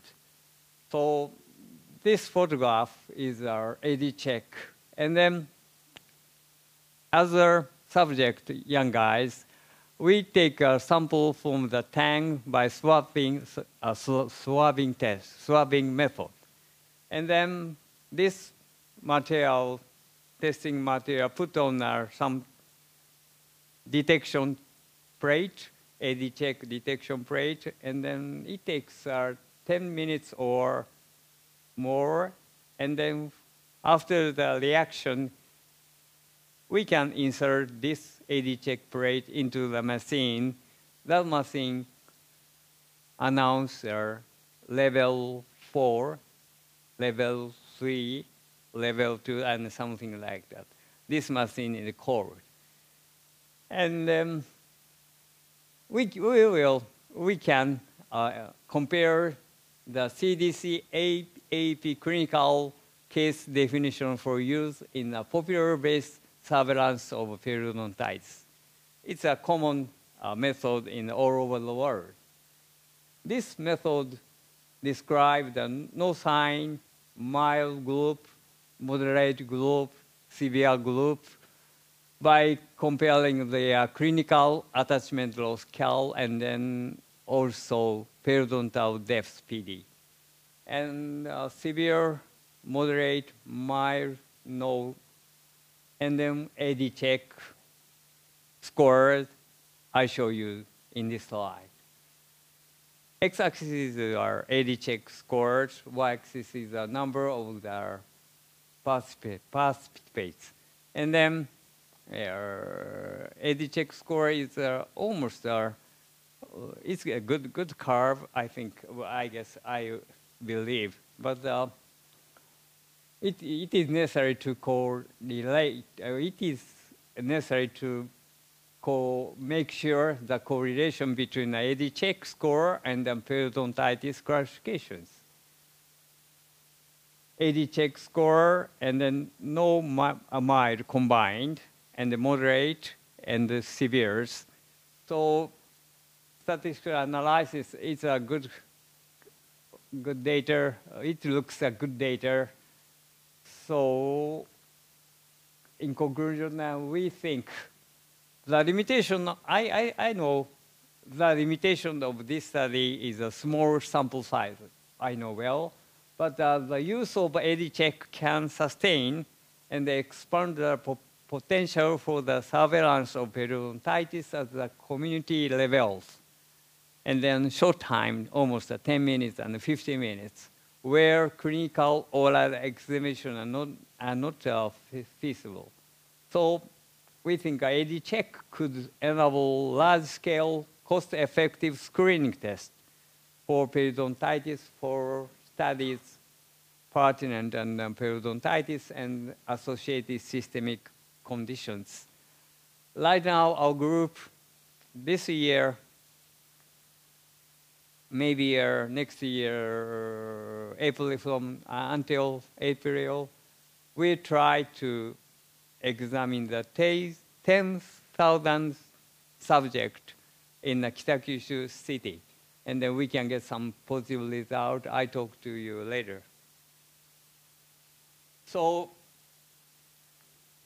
next story is a new oral health team in Japan. Our university made up another center, dental center for the medically compromised patient, so-called DEMCOP, just like Lombocop. I like this name, DEMCOP. And then, as a background, demographic changes in Japan. There are many elderly students in 2040 in this estimated populations. And also, you look at the estimated population structures percentage, there are many large numbers of elderly persons. So I show you changes of population in Taiwan, in Japan. Right now, right side, Japan. Please look at this. And then next, I show you data in Taiwan. It looks almost similar image. So we have to overcome these conditions in Japan as well as Taiwan, I guess so. So please hear my presentation later. And then first, comorbidities in elderly dental patients. So there are many general disorders as described last side. Anyway, upper one is our red circle is circulatory diseases. From the 1999 to 2014 in Japan, the number of these patients, circulatory diseases, increased dramatically. So in these conditions, anticoagulate in elderly patients, almost same age, 1998 from 1998 to 2012. Warfarin or the DAAC drugs, the patient number increased dramatically. So it's a big problem in the dental treatment, especially oral surgery. So it's just a scenario. An elderly patient. I have many systemic diseases and taking many drugs. So my dentist said that he cannot see me because of the high-risk medical complications. If possible, I would like to see a dentist because I'm close to him and his office in nearby. What a dilemma. In Japanese case. And at present, on the other hand, dentists said at present many elderly patients visit my dental office. In Japanese case, they have a lot of systemic diseases and taking many drugs, such as oral anticoagulants. How can I do safety dental treatment of them without any medical complications? I had not been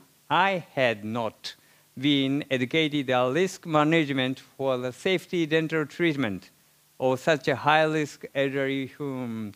So right now, we have a curriculum about it. So this case I had. So I show you some information about DEMCOP. We started this project. Center opened the 2014, and then Japanese flyer, and then we have a celebration. We have an opening celebration. After that, the recurrent education for the dentist in the town dentist and the dental hygienist. Theme 1 is risk management of medically compromised patients. Theme 2 is assessment or training of patients with dysphasias. So I'm sorry, this age is a 2016-10 opening ceremony. And then there are newspapers, there are a lot of newspapers describe these opening ceremonies. And then we talk about this opening DEMCOP in January 2017. In Japanese, name is Oshogatsu. So we started the dental center DEMCOP. One is our cultivation of the dentists who are able to provide the safety dental treatment of the medically compromised patient and to appreciate assessment of training of dysphagia. Improvement oral function of the patient with severe systemic disease and oral dysphagia. That means promotion of good health and long life of the student in the Fukuoka prefectures. So DEMCOP 1 is risk management of a medically compromised patient. Lecture and practice training like this. In this case, it is a very important medically consultation and vital signs measurement against our patient, like this left photograph, and the treatment is a right photograph. Dental care with medical risk management with some machine.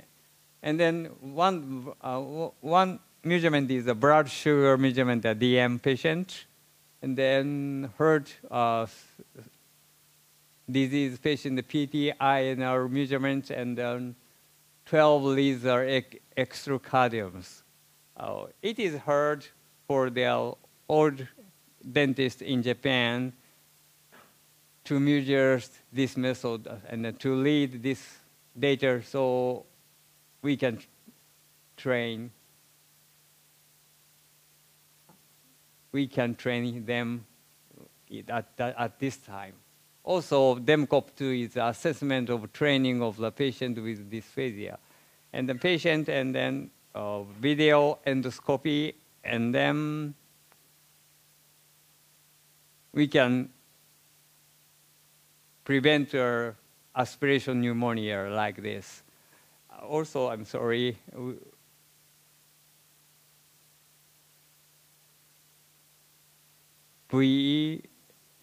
and then right now we do this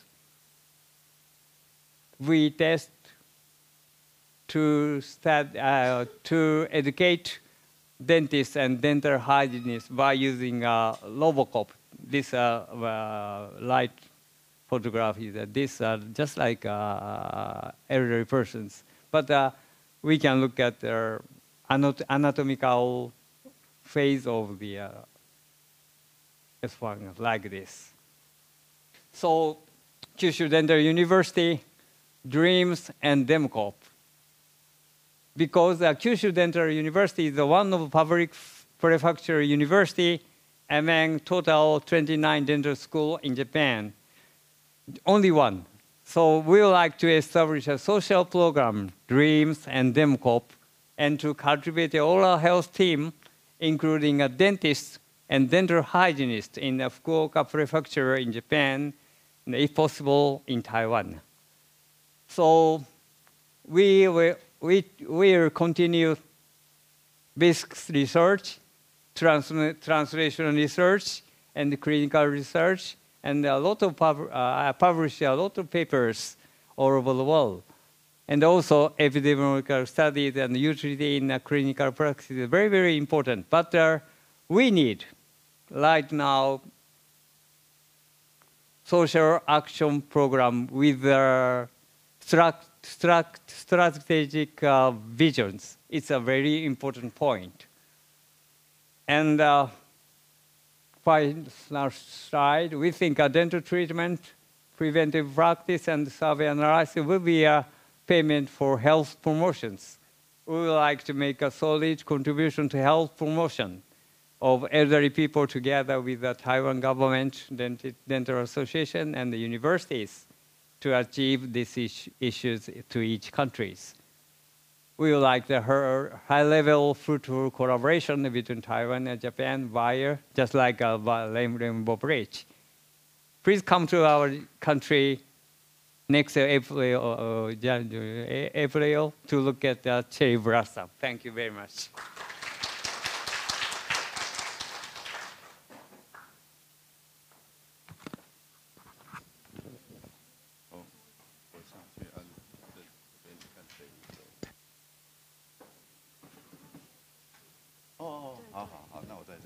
Okay. Okay, thank you for the speakers. And now let's move to the session for the panel discussion. And is there any questions from the floor? Please.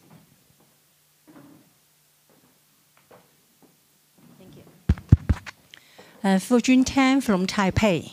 A question for Dr. Professor Frank Lobodo. Okay. Okay, I just wonder, because your study focus in dementia, okay, besides your interest in or patient availability, are there other factors make you think this area, I mean the dementia, is more serious than other situation in elderly? Thank you. I missed the final part because of the sounds behind me. Can you repeat the second part of your question, please? Okay, I just wonder, your interest is very interesting. Your study very interesting. I just wonder, you focus on in dementia, okay? Is any reason besides your interest in or patient availability? Are there any other factors make you think the field in dementia is more serious or more important than other situation in elderly?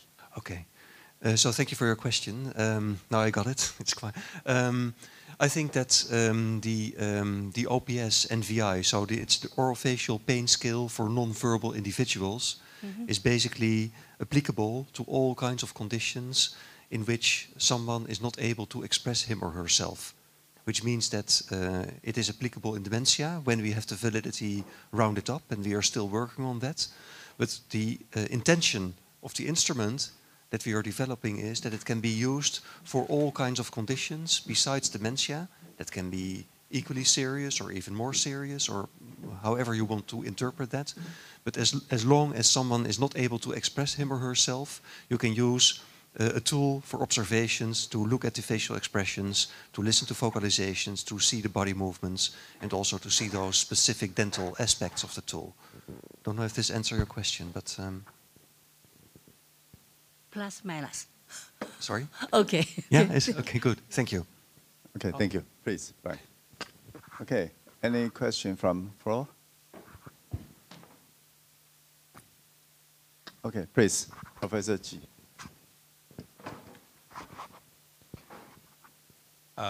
Thank you very much, three professors. Thank you for your very inspiring speech. Actually, I got one question for each of the three professors. Can I do that? Okay, right. So my first question is for Professor Lopezu. I'm very interested in your presentation because you're trying to do the very challenging part to try to develop a kind of measurement for those who cannot speak for themselves. But my question is about the validity of that scale. Because these people, I mean, to check the validity, we need some kind of true value. But if they cannot speak for themselves, how can we get the true value so that we can check the validity of the scale? Okay, can I? That is a valid question. Thank you. The presentation, in our presentation, I showed you that we did the validity testing only in part of our population, namely the part based on their MMSE score, which is an indication of the, let's say, the severity of their cognitive impairment, above 14 on a scale from 0 to 30. If they are above 14, there's prior research that in those people, the self-report of pain is valid. So they can still express themselves as pain. So that means that for that part of the population, the tool is valid. And then your next question will be, how do you know then for the individuals that have a lower score than 14, the more how valid moderate that or severe cases? Yeah, and that is so far an assumption. For that we need more, let's say, specific validity tests. I know that, for instance, in Germany, they do tests in people with dementia in which they give it sounds a little bit horrible, but actually it's not as horrible as it sounds. They give them stimuli that are painful, and you can test in let's say mentally healthy individuals how painful this is perceived. So you know they have a painful stimulus, and then you judge their facial expressions. So that might be the way to proceed for the validity testing of this tool for the people who have a score lower than 14. But that is the more challenging part. For the above 14, we now know that at least for some conditions there is a good validity. But for below 14, that is for the future. Validity is always a big puzzle, and you have lots of pieces, and you have to fit all the pieces together, and we are just starting. Okay, right. It sounds very, very challenging to do those painful stimulation to those patients. Yeah. Can that pass the IRB? It passes the medical ethics. It sounds, that's what I said, it sounds maybe a little bit more horrible than it actually is. We also, in my department, we do in mentally sane individuals, we do painful stimuli. And this is research that is, let's say, within the pain domain, widely accepted. And also patients who are, let's say, able to consent to research, they usually do not have a problem with that. Okay. So, but I realize that this, for non-orofacial pain people, this might sound a little bit like, what are those guys doing? Well, it is ethically speaking, it is an acceptable and accepted approach. Okay, I look forward to your paper published. Thank you. Now, my question for Professor Schimmel. Schimmel. Okay. Okay. Means white horse. Sorry? Means white horse. White horse. White horse. Okay. White House. Well, okay. So my question is, I remember maybe it's in 2016 that the American Association of the maybe cardiovascular research something, they issued a statement saying that they really don't think the association between dental origin and the vascular disease is convincing enough. You know what I mean? The association, the American Heart or something Association, issued that statement. They don't think there is a solid association between periodontal infection and heart disease. So what is the question? But I think in your speech you say that there is a association. Thank you for the question, first of all. I didn't make that statement because I also don't think there is. I think you mentioned it, huh? Oh, sorry. With the association. Okay. I was saying that this inflammation.